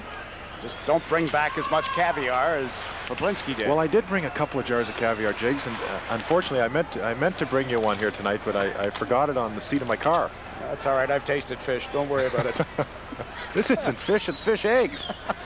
Jeepers! Don't. What are we working with out here? I'm glad you said it, Jim. I'm glad you know it. You know, the cultural thing that my leader Jig says goes, it just is. Well, I can't say over there. I just can't do it. If I'm going to be punished with the two of you, I've got to. Let's get them right now. Got to get my licks in from time to time. You've impressed me with your pronunciation of these names thus far. I can't. Do you know the difference, Jim? Yeah, Gilmore and McInnes. They're difficult names to say. Those two syllables just drive me up the wall. And then you get a Nieuwendyk, and you've said that a couple of times very, very well. Yeah, but you should have heard the way I used to butcher whatever it was when he first showed up with the Atlanta Flames, and then of course into Calgary here, and so much success, culminating with the Stanley Cup, winning in 6 games over the Canadiens in Montreal last May. That was then, and this is now, and Poplinski's out of work.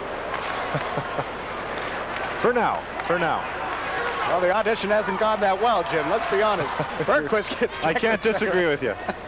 No, I'm just kidding. Let's get back to this game. We're a minute and a half into the third period. Medina tipping the puck into the center ice zone. Portland off. Check there. Malgin in on the play as well. Strykov, Malgin, and Kortlanov. This forward line. It's the younger of the two Kortlanovs. Dmitry was the leading scorer in the Soviet Elite League. Himik team is leading Central Red Army, leading the Soviet Wings, who are running 2-3. This is Ranheim cutting in. Didn't get completely around the defenseman, and Makarov handles the puck. Gave it to Fleury. He's been in on all the goals for Calgary, has 2 of them, and assisted on the other one. Makarov dumps one to the side of the net. Chevyakov takes it into the corner. There's Fleury battling for it. 2 Soviets down on the deck. Fleury pushing at his man. Makarov there as well, and Fleury is not a very popular Calgary Flame. I thought that was an outstanding elbow. It was about chest height, and it caught the Soviet player completely off guard and allowed Theron to move with the biscuit. Is that man under any pressure as we look at Terry Crisp? Well, I think when you're a competitor and you want to win games and you want to do well, if the team's not doing well, you put yourself under pressure. I don't see that there's outside pressure on Crispy. He wants to do well. He wants the team to win, and when you're not doing that, you put pressure on yourself. And I think that's a situation that he's finding himself in. And a look at the Soviet coaches. They and the Calgary coaching staff went to dinner at one of the best steakhouses in Calgary last night. And I'll tell you, they didn't take rubles there. Oh, did you get your hands on any of those when you were in the Soviet Union? Well, I thought it would be kind of neat to bring back a restricted currency. So I must admit, I do have a couple rubles. Well, you get a couple more. Our producer, John Shannon, is guaranteed at least 2 for your efforts tonight. Is that at the black market rate or the official rate? Official rate. No, we're not into that black market stuff. Here, the Soviets setting up 2-on-1. They got the defenseman down. McCrimmon still on the ice. It's centered to Smirnov, and a shot turned aside by Wamsley. Loose puck. And it's cleared. Chelyanin is down on the ice. The Soviet defenseman has been hurt. Calgary has just come back to score. We've got 2 Soviet defensemen lying on the ice inside the Calgary blue line. Smirnov is complaining to referee Rod Schick. That's Chelyanin. The other player is up and skating around now. But Schick let the play go on. Calgary goes down to score. This is the one guy you don't want to have on a breakaway against the Soviet goalkeeper. He just waited and waited. As soon as he saw the little 5-hole, he just buried it. You noticed as Makarov was going in how tense he was, Herb. He looked like he was really concerned with what he was going to do with the puck. He was looking over his shoulder, looking back here, and he was saying, "What I should go get a hot dog or something." When you've got a player like that that isn't quite sure about his abilities, he's rushing it as he did in that goal. I think he just got lucky. They both, here's the blind side here. Ranheim just ran right into him. Neither saw, one another.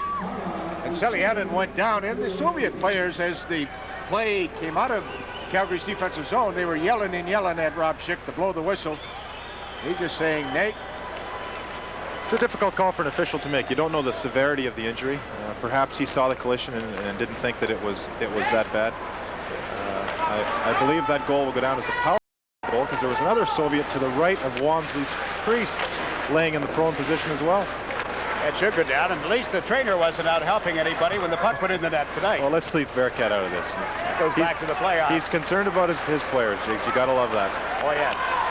Roberts here on the right side, trying to slip it through to Neuendijk.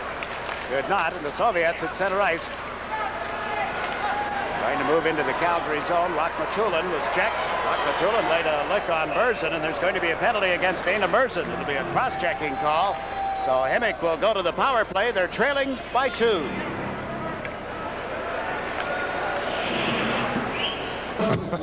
Crispy's yelling, shoot. Crispy on top.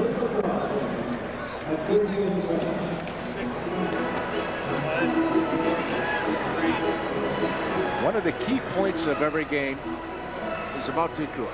Take a look at the situation that developed a moment ago, and out of it, Calgary will be a man short. Well, Dana Merzen just got to stick in there and pull him down.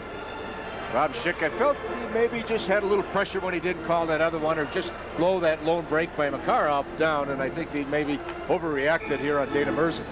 Dana probably could have used a little bit more discipline there. After he did haul the Soviet down, he administered a cross-check, and I think that was the straw that broke the camel's back as far as Schick was concerned. He felt that warranted a penalty, and I'm not sure that he wasn't right. Well, Jim, when we look at games unfold, there are certain moments within each game that are key moments. 4-2, 16 minutes left, third period. The Soviets on a power play. This is one of those key moments. They've got to get that goal. They got to, even though you might say there's a lot of time left, but you start looking at the shots on goal that Himik has had, only 13 shots on goal. They're not getting a lot of opportunities. So I think they got to convert this. You're 100% right, Herb, and it's the good players and the good coaches that can see those opportunities as they materialize instead of looking back. As an example, it's 1-1 going into the second period, and the Flames hit the post. That is a crucial play for the Soviets. If they score, they're down 2-1. Otherwise, they come out of it 1-1. We're looking at a similar situation here. Titov has gone to the front of the net. Soviets with a man advantage here. Titov, Delapukin trying to get something going. The play broken up. McCowan gave it to Ranheim, trying to split the defense. He's knocked down. Play allowed to continue. Ranheim has been very physical in this hockey game. Now Fetisov up with the puck. He's given it to Titov at center ice. Titov had it poke checked away. Ranheim controls it at center ice. Fleury was pushed in ahead of the play. Now gets back on side. Ranheim dumped it in. 55 seconds remaining in Merzen's cross-checking penalty. Flames lead by 2. Ortmanov crossed the line, had the feet knocked out from under him, and down the right side. Bergquist for Calgary. Over the line with Fleury. Bergquist for the shot. He scores! Well, Herb, that's just in addition to what you were saying. I look at it, and I've got to say that the Flames realized exactly what you had pointed out, that this was a crucial point in the game, and a goal here could really put them in the driver's seat, and that's exactly what's happened. So Jonas Bergquist, he was waiting for the Fleury to get open. The defenseman, the Soviet defenseman, played it right. He tried to set up the goalie for the shot, and he opened up, and this was a great, nice little wrist shot here by Jonas Bergquist. He picked that up corner. What a great wrist shot. His feet are moving the whole time. The goalie doesn't know whether he's going to pass it. The defenseman has no choice but to give him the shot, and he buries it in the left-hand corner. A real pretty shot. Happy to see Bergquist, too. He hasn't played in a little while. To get in here, get a goal, get a little bit of confidence. Boy, it's a shot in the arm. He's played in 14 of the Flames games so far this season. This may be a shot at getting a little more ice time, although pretty tough to break up the combination that had done so well last season. Of course, Poplinski, McDonald, Some of those people not around anymore. Well, I thought you were going to straighten me out, Jigs. I was waiting for the second one on me here. Jim, I'm not going to, well, I may. Sit tight. Still half a minute to go in Mergen's cross-checking penalty. And at center ice, McCrimmon had the puck knocked away. Soviets trying to do something with it here. Number 10 is Vazhmikin. Igor Vazhmikin dumps it in. Wamsley puts it back in the net for Brad McCrimmon. Goes up the boards and down the ice with it. Can't overlook Rock Ramage. I think that's maybe an area that the Flames are missing a guy. Rammer probably maybe a little more than some people had anticipated, Jim. Well, Rammer was and is a good physical defenseman. I think that he's not a type of player that's going to score you 80 points a season, but he's a quality guy, and those are the types of players that the teams are built around, that teams are successful with. And you're seeing Toronto feeling the effect of having Rammer there and their success thus far this season. Rob Ramage and Brad Marsh up again, relived the junior days in London, Ontario, and the Leafs are responding. The terrible twosome. They were weren't they something? They were a terror in junior, and they're helping the Leafs now. Breaking pass up the middle, and Vazhmikin couldn't handle it. McCowan able to move the puck. Over the line with it is Neuendijk, but Roberts was ahead of the play, and that put the whole thing offside. But Calgary comfortable now with a 5-2 lead. When was the last time the Russians had an offside? Just been a while. Isn't that unbelievable? It's unbelievable. Yes, sir.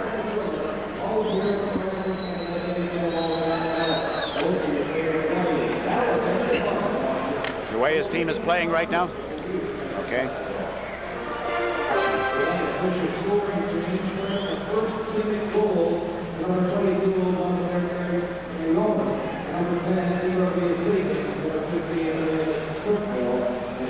Terry Crisp back of the Calgary bench. Earlier tonight we had the chance to ask him about how his team was playing just now in the NHL schedule.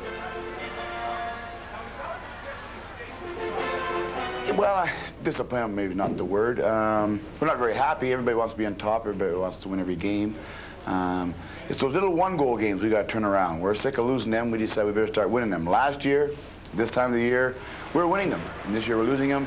It's just about time we turned them around. Well, this might be a pretty good tonic for Terry Crisp's Flames. Have this game, no pressure as far as what it'll do in the standings concerned. Patulin with a shot. And saved by Wamsley. Hasn't had a whole lot to do since Calgary took control of the game, but now the Soviets set up again. Patulin to the side of the net. The high shot turned aside by Wamsley. They volleyball it around and pass okay in the defensive zone, and the Flames up with it. Pryakin gets it right back from Roberts. Sergei Pryakin can't play it off the boards. Neuendijk there to help out. Pryakin and Yashin still battling for it. Roberts gets to it at the blue line. Played it just behind Sergei Pryakin. Pryakin centers one. Comes right back to the blue line. Long shot just wide of the net as McCrimmon feed one up. Jigs, I think that short-handed goal by Jonas Bergquist has just sort of demoralized the Soviets. We talk about the importance of that moment. Instead of a 4-3, now it's a 5-2, and the Soviets, you get demoralized when you give up a short-handed goal. Exactly, 5-2 is our score as we pause for a regional break. He's been skating really, really well. For a guy, I mean, he hasn't played for I don't know how long now. Just got to get a little more ice time. Yeah. But that's what everybody wants. I mean, you know that better than anybody. Tough.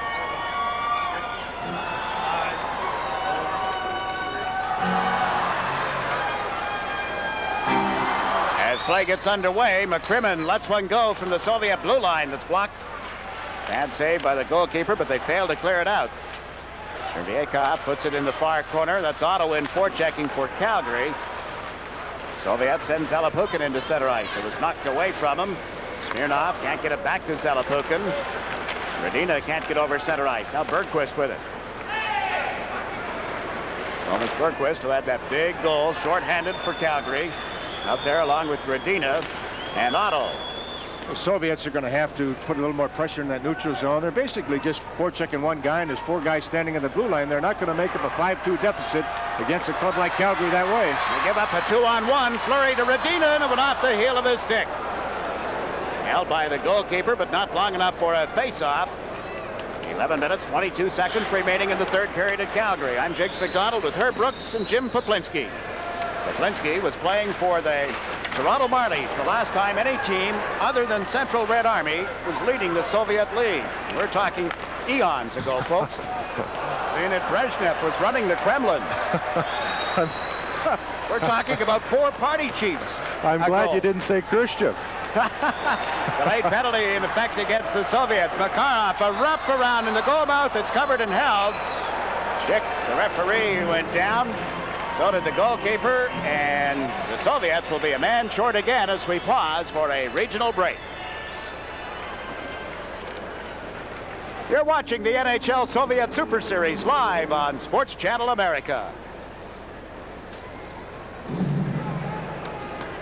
I haven't had anybody to pick on like this all year. Jesus, is fun, Jim. Yes, John? Talking about what? What does touch-up blue mean? Re-Q blue?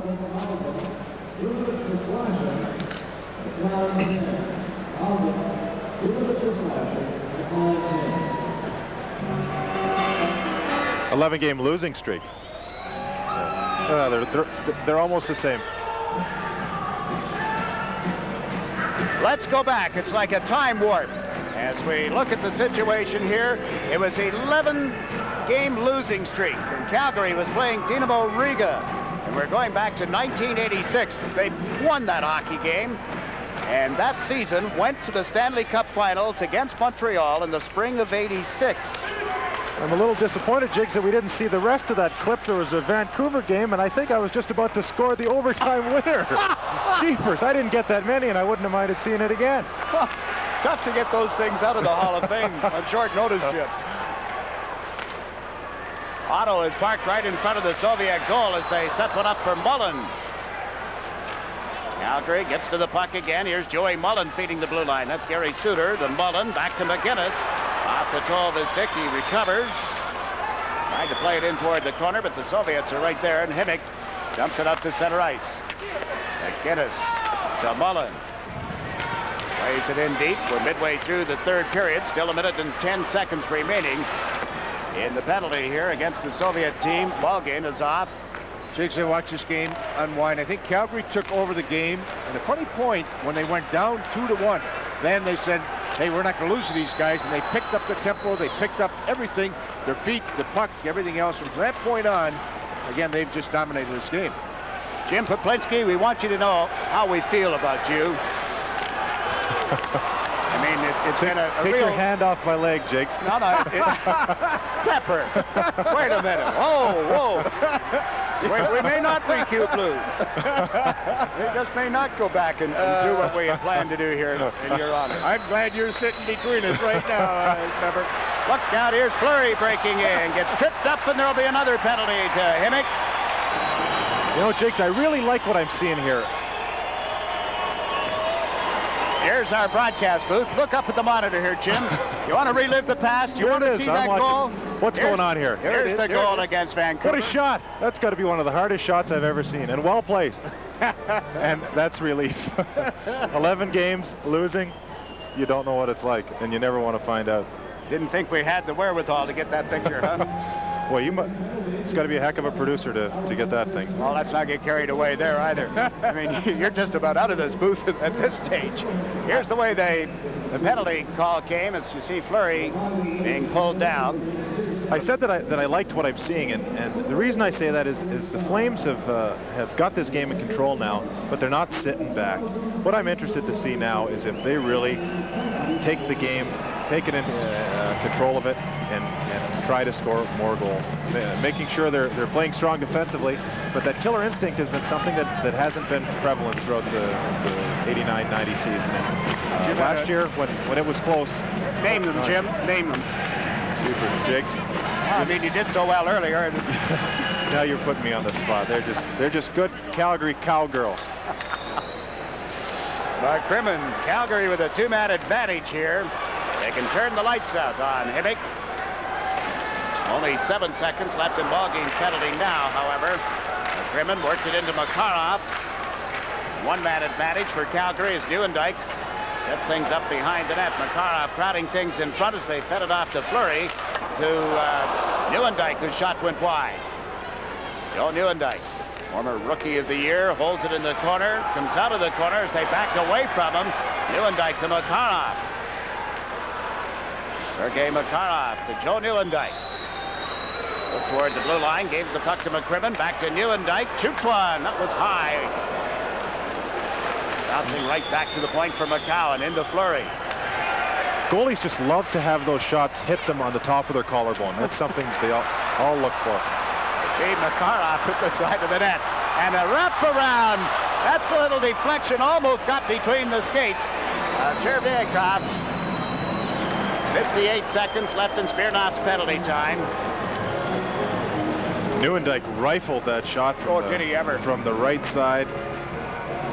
He just tried to wait for Chernikov to go down, and then he just threw that thing up there, and everybody thought they were just going to give it back to Makarov at the goal line, let him just try to walk that goal line, but he wristed that thing.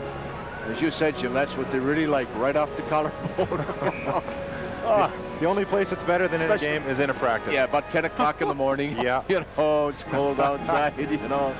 Oh. Former coach, former player, folks. You can understand why, I guess, huh? And no former goalies. Yeah, hard to believe. 30-15 are your shots on goal. Calgary leading there.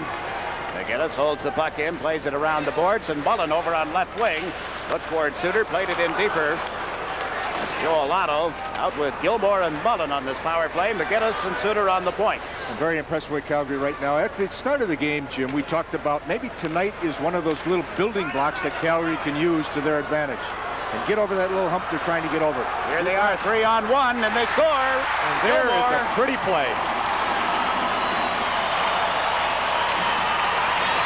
Doug Gilmore makes it 6-2. I want to see somebody analyze this one and tell me what the Soviets can do to stop it.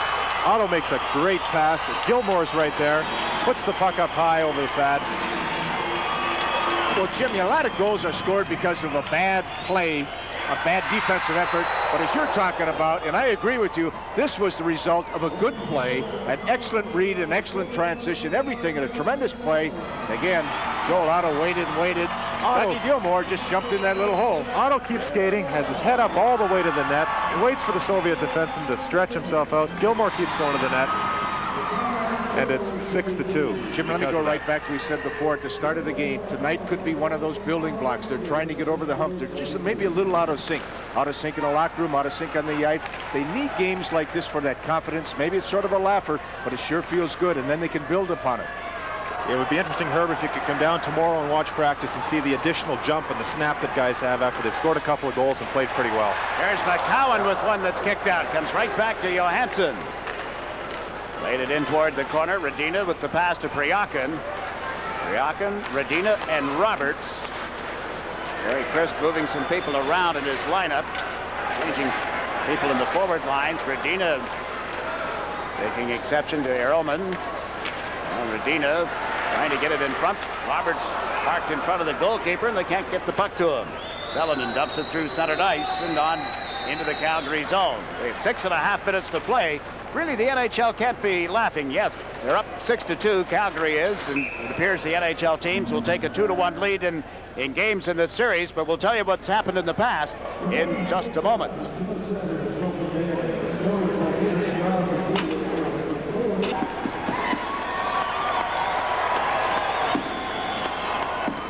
Another look at the goal that gave Calgary a 6-2 lead. It was developing into a 3-on-1. Well, in my estimation, Himik has almost thrown in the towel in that because half their people in the neutral zone just quit on their check and allowed Joel Otto to make a great pass to Dougie Gilmore. But it's the people away from the puck, people away from the play, have really got to turn it on, both offensively and defensively. You don't do that, things are going to happen. I think you're going to see the Flames score a couple more goals. I like the look of this, even though it's 6-2, they're looking to improve, and that's the way you get better, when you want to score goals and you want to keep them out of your own net at the same time. Going back to 1976, when the Soviet teams first started to come over here, the Soviets lead the series 38 wins to 22 losses against the NHL teams, and only 5 games that have been tied. So they have a bulge of 16 on the plus, 38-22. Get ready, folks. In the fall of '91, there will be another Canada Cup tournament. That's when we see the best of 6 countries.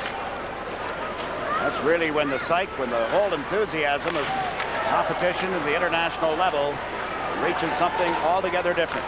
Jakes, I didn't realize there was a Canada Cup in '91. I might just get the blades back on and play in that. I hadn't considered that before my retirement. What do you think? That certainly put a damper on the festivities right there. I mean, it'd be a heck of a training camp. The guys would get a lot of laughs, I'm sure, Jim, but didn't expect to play, I hope. Zalapukin was in offside at the blue line. You know, Jim, when you talk about a Canada Cup, you made it not an unusual move, knowing your background, but you took time out to play with the '88 Canadian Olympic team. Your experiences. Well, that was an opportunity that I never thought would ever materialize in my wildest dreams. And our team was nice enough to let me go play, to play for your country, to play in the Olympics, to play in what is now my home, and see the way Calgary took care of it, see the success of the games. It was just an outstanding event and opportunity, and something that I cherish and remember as one of the highlights of my career. Mullen with a shot that turned into a pad save for the Soviet goalkeeper.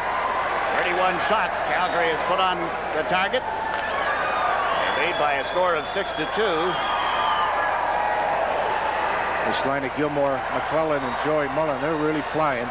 It's good to see Joey get back into that swing of thing, because he is, again, you know, he can jumpstart you. And we all know what Dougie Gilmore can do. Mullen is a great competitor, and a lot of these guys, you don't realize how good they are until you have the opportunity to play with them. I look at Joey Mullen as one of the more physical players on our team. Always finishing checks, always competing. He's a great guy to have on the bench.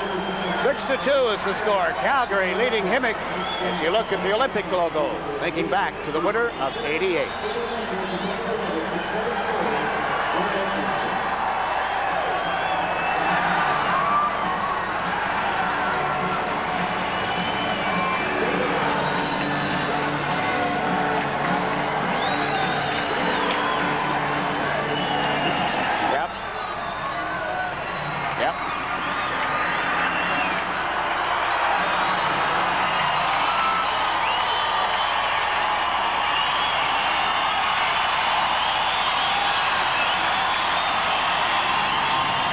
Ready for a face-off just outside the Calgary blue line. The Flames are headed for Winnipeg, back-to-back their next 2 games, getting back to the NHL regular season. If they can't feast off this, they're leading Himik by a score of 6-2. Long breaking pass just out of the reach of Kortlanov at the Calgary line, and Radina handles the puck. Turned it over in his own zone. Dmitry Kortlanov off the right wing boards. Trying to center one all alone in front. Look at that save by Walmsley. Now Smirnoff with a shot. Blocked by Berquist. Held in. This is Boggain at the side of the net. Late penalty call coming against Calgary. Soviets get it over to Smirnoff. Right back to the point. Zeledin's shot is deflected and grabbed. Held onto by Walmsley with 3.5 minutes to go in the third period. But Calgary will be shorthanded. It's nice to see Rick Walmsley coming up with some big saves. He's only had 17 shots, but of those 17 shots, I got to say that 8 or 9 of them have been quality scoring opportunities, well, just like this one. Yeah, there's no question. And Jim, when you say there's only 17 shots, and then when you got to come up big, because of the pressure, you're never really in the flow of the game. So I think that's what makes those stops even more important and more dramatic. Good concentration by Walmsley. He's kept his team in the game and allowed them to have a 6-2 lead right now. Let's see what's going on up the road, where Edmonton leads Calgary by a point in the Smythe Division standings. They're leading Los Angeles by 2 goals, 4-2. Edmonton leading in the second, and they're in overtime. Winnipeg and Montreal tied 6-6. Shootout. Jakes, it's great to see this crowd getting into the game. I don't know whether it's been a while since the Flames have been up by 4 goals or not, but it's an interesting component, something we don't see on a regular basis here. Jim, let me ask you this. I just wonder what's going through the Soviets bench right now when they see the wave going on. I don't think they have this in the Soviet Union. Well, I haven't been over there for a while, but I was watching their heads. They kept looking around the stands and said, what's going on with these people? What's going on is a 2-on-1 for Calgary, but Neuendijk, after getting it back from McCrimmon, is picked up by the Soviet defenseman. He gets away from him, brings it back out into center ice. See the head moving. That was interesting. I didn't realize he had that little twitch, but that's a Gordie Howe twitch. You were talking about the waiver. We were in Moscow, and there was 100 or so fans from Calgary went over, and they tried to start a wave, and they got similar looks from the entire crowd. But it was kind of fun to watch. Were the people there whistling, Jim? Yeah, they were whistling. It was in Czechoslovakia. We had a great game in Prague. The fans were unbelievable, and the whistling and the cheering was just incredible. It was a neat thing to see. It was almost like being in a cave full of bats. How would you know? I've been in one.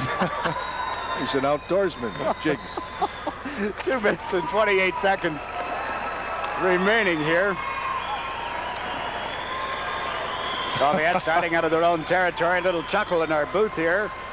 We've just learned, late as it may be, and the Soviets get the power play goal, finally making it by a 6-3 score.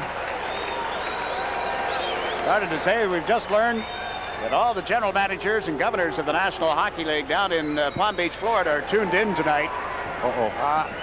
The reviews, forget it, gentlemen. If there are any, just address them to Poplinski, care of Calgary, Alberta, Canada. This is a fine play, McCowan just does about all he can. Walmsley stands his ground. The corner's picked. There's not much you can do about it. Oleg Yashin scoring the power play goal for Himik. Himik is going to Detroit for a game on Monday. They're in Washington on Tuesday, and they finish up their 6-game tour on Thursday night at St. Louis. And the next Soviet team to come to North America will be the Wings, Soviet Wings, the Islanders on the 26th. The Wings go to Hartford on the 27th. Dynamo Moscow plays at Pittsburgh on Friday the 29th of December. And on Monday, January 1st, the Rangers will host the Soviet Wings. And it's Red Army's turn. They're in Minnesota on the 2nd of January. Dynamo Moscow at Buffalo on the 3rd. They're also at New Jersey on Saturday, January 6th. Red Army will play the Blackhawks in Chicago on January 7th, a Sunday. And on Tuesday, January 9th, Dynamo Moscow is at Boston, and the same night, Red Army finishes up the tour at Philadelphia. So those are the games around the U.S. still to come. And we hope you'll get out to see your hometown team and one of the 4 visiting teams from the Soviet Union. I'm just astounded, Jigs. I saw you look over that sheet with all the games on it briefly before we started tonight, and then you recited that whole list verbatim. It's absolutely incredible. Where was the second game with Central Red Army? Second with Central Red Army is in Chicago. That's in the U.S. The way you can pull them out of that memory bank just amazes me to no end. Yeah, stick around. I need a guy like you. Ranheim with a shot as he cut up the slot. 40 seconds remaining in the 3rd period. Selenin at center ice. Jim, maybe I'm wrong. Let's let this play finish. Why, we can pick it up right now. Notice how he sets you up with maybe I'm wrong, and he's never been wrong ever, Jim? What I was going to say, Jakes, before you were rudely interrupted. Right? Yeah, well, I'm used to that right now. But anyway, every time Calgary goes out in the National Hockey League, teams are pointing for them. They're the sky high for them, and they're the benchmark of the league right now, and it's been tough. Now they're finding out what it is to be a defending Stanley Cup champion. On the other side of the coin, I think the Soviet team, Himik, they've been a little more intimidated by the Calgary Flames, and the National Hockey League say, hey, we're going to run at you tonight. Right or wrong on that? That's definitely a concern. The physical aspect is something that you don't see as much of in the Soviet Union, but I can tell you, after playing in Prague and seeing the Soviet teams, some of them, including Himik and particularly the Central Red Army team, were as physical as any team we play in the National Hockey League. I guess I'm not talking about the physical as much. I'm talking about the psychological preparation. The National Hockey League, they can say, we want to beat Calgary. They won the cup. And the Russians, I think, or the Soviets are just maybe a little more intimidated by the accomplishments of Calgary last year. Yeah, that's the point I'm trying to, the little point of demarcation there, Jim. Himik has ended up being quite successful in their league thus far this year, and they've provided what I thought was a very, very entertaining game, Jigs. Even when it was 6-2, we thought they'd quit. They come back and score a real nice power play goal. So it was I thought a very, very enjoyable game to watch. Yeah, I think the crowd out here tonight agrees with you, appreciates it. The fans got into it, and both teams put up a pretty good match. Calgary wins it 6-3. Thanks for your insights, your comedy, and just being yourself, Jim. Well, it was my pleasure, Jigs. I appreciate having the opportunity to sit here and kibitz with you a bit. It was a lot of fun, and you too, Herb. It was. Thank you, It was a good time. Thanks very much, both of you. We'll return to Calgary for a wrap-up of tonight's game right after these messages.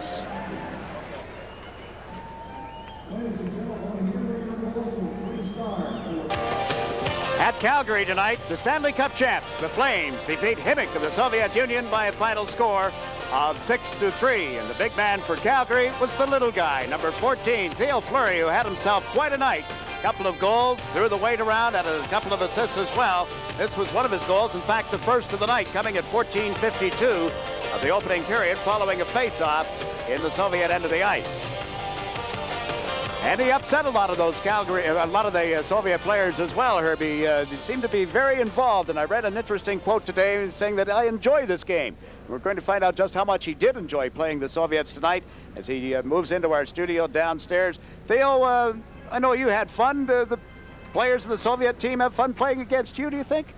Well, I don't know. It was, I just enjoy being out there tonight, and it was, it was a game that, we came off kind of a bad loss against Winnipeg, and, we just wanted to go out there and have some fun tonight, and, I think we did, and, we got a good attitude going into Winnipeg. Yeah, this will really make you feel a whole lot better at practice tomorrow. I think there'll be a lot more zip, and as Herb has said throughout tonight, you can see that they're going to feast off this, huh? Well, there's no question. I think Jim Plopinski said tomorrow you'll see the extra, snap in the legs and in the hands and everything else of the Calgary Flames at practice, and I'm sure Theo will agree with that. Yeah, you guys are just about set to turn it around now, aren't you? Well, I would hope to say that would be true. We've been struggling. We haven't been playing as well as we can play, and I think it's a good breakup in the schedule to have a team come in and play against those kind of guys, and it was fun tonight. Well, thanks for the show that you put on for us tonight. Theo Fleury with a couple of goals and an assist, and Calgary beats Himik of the Soviet Union. The final score from the Olympic Saddledome is the Flames 6 and Himik of Voskressensk 3.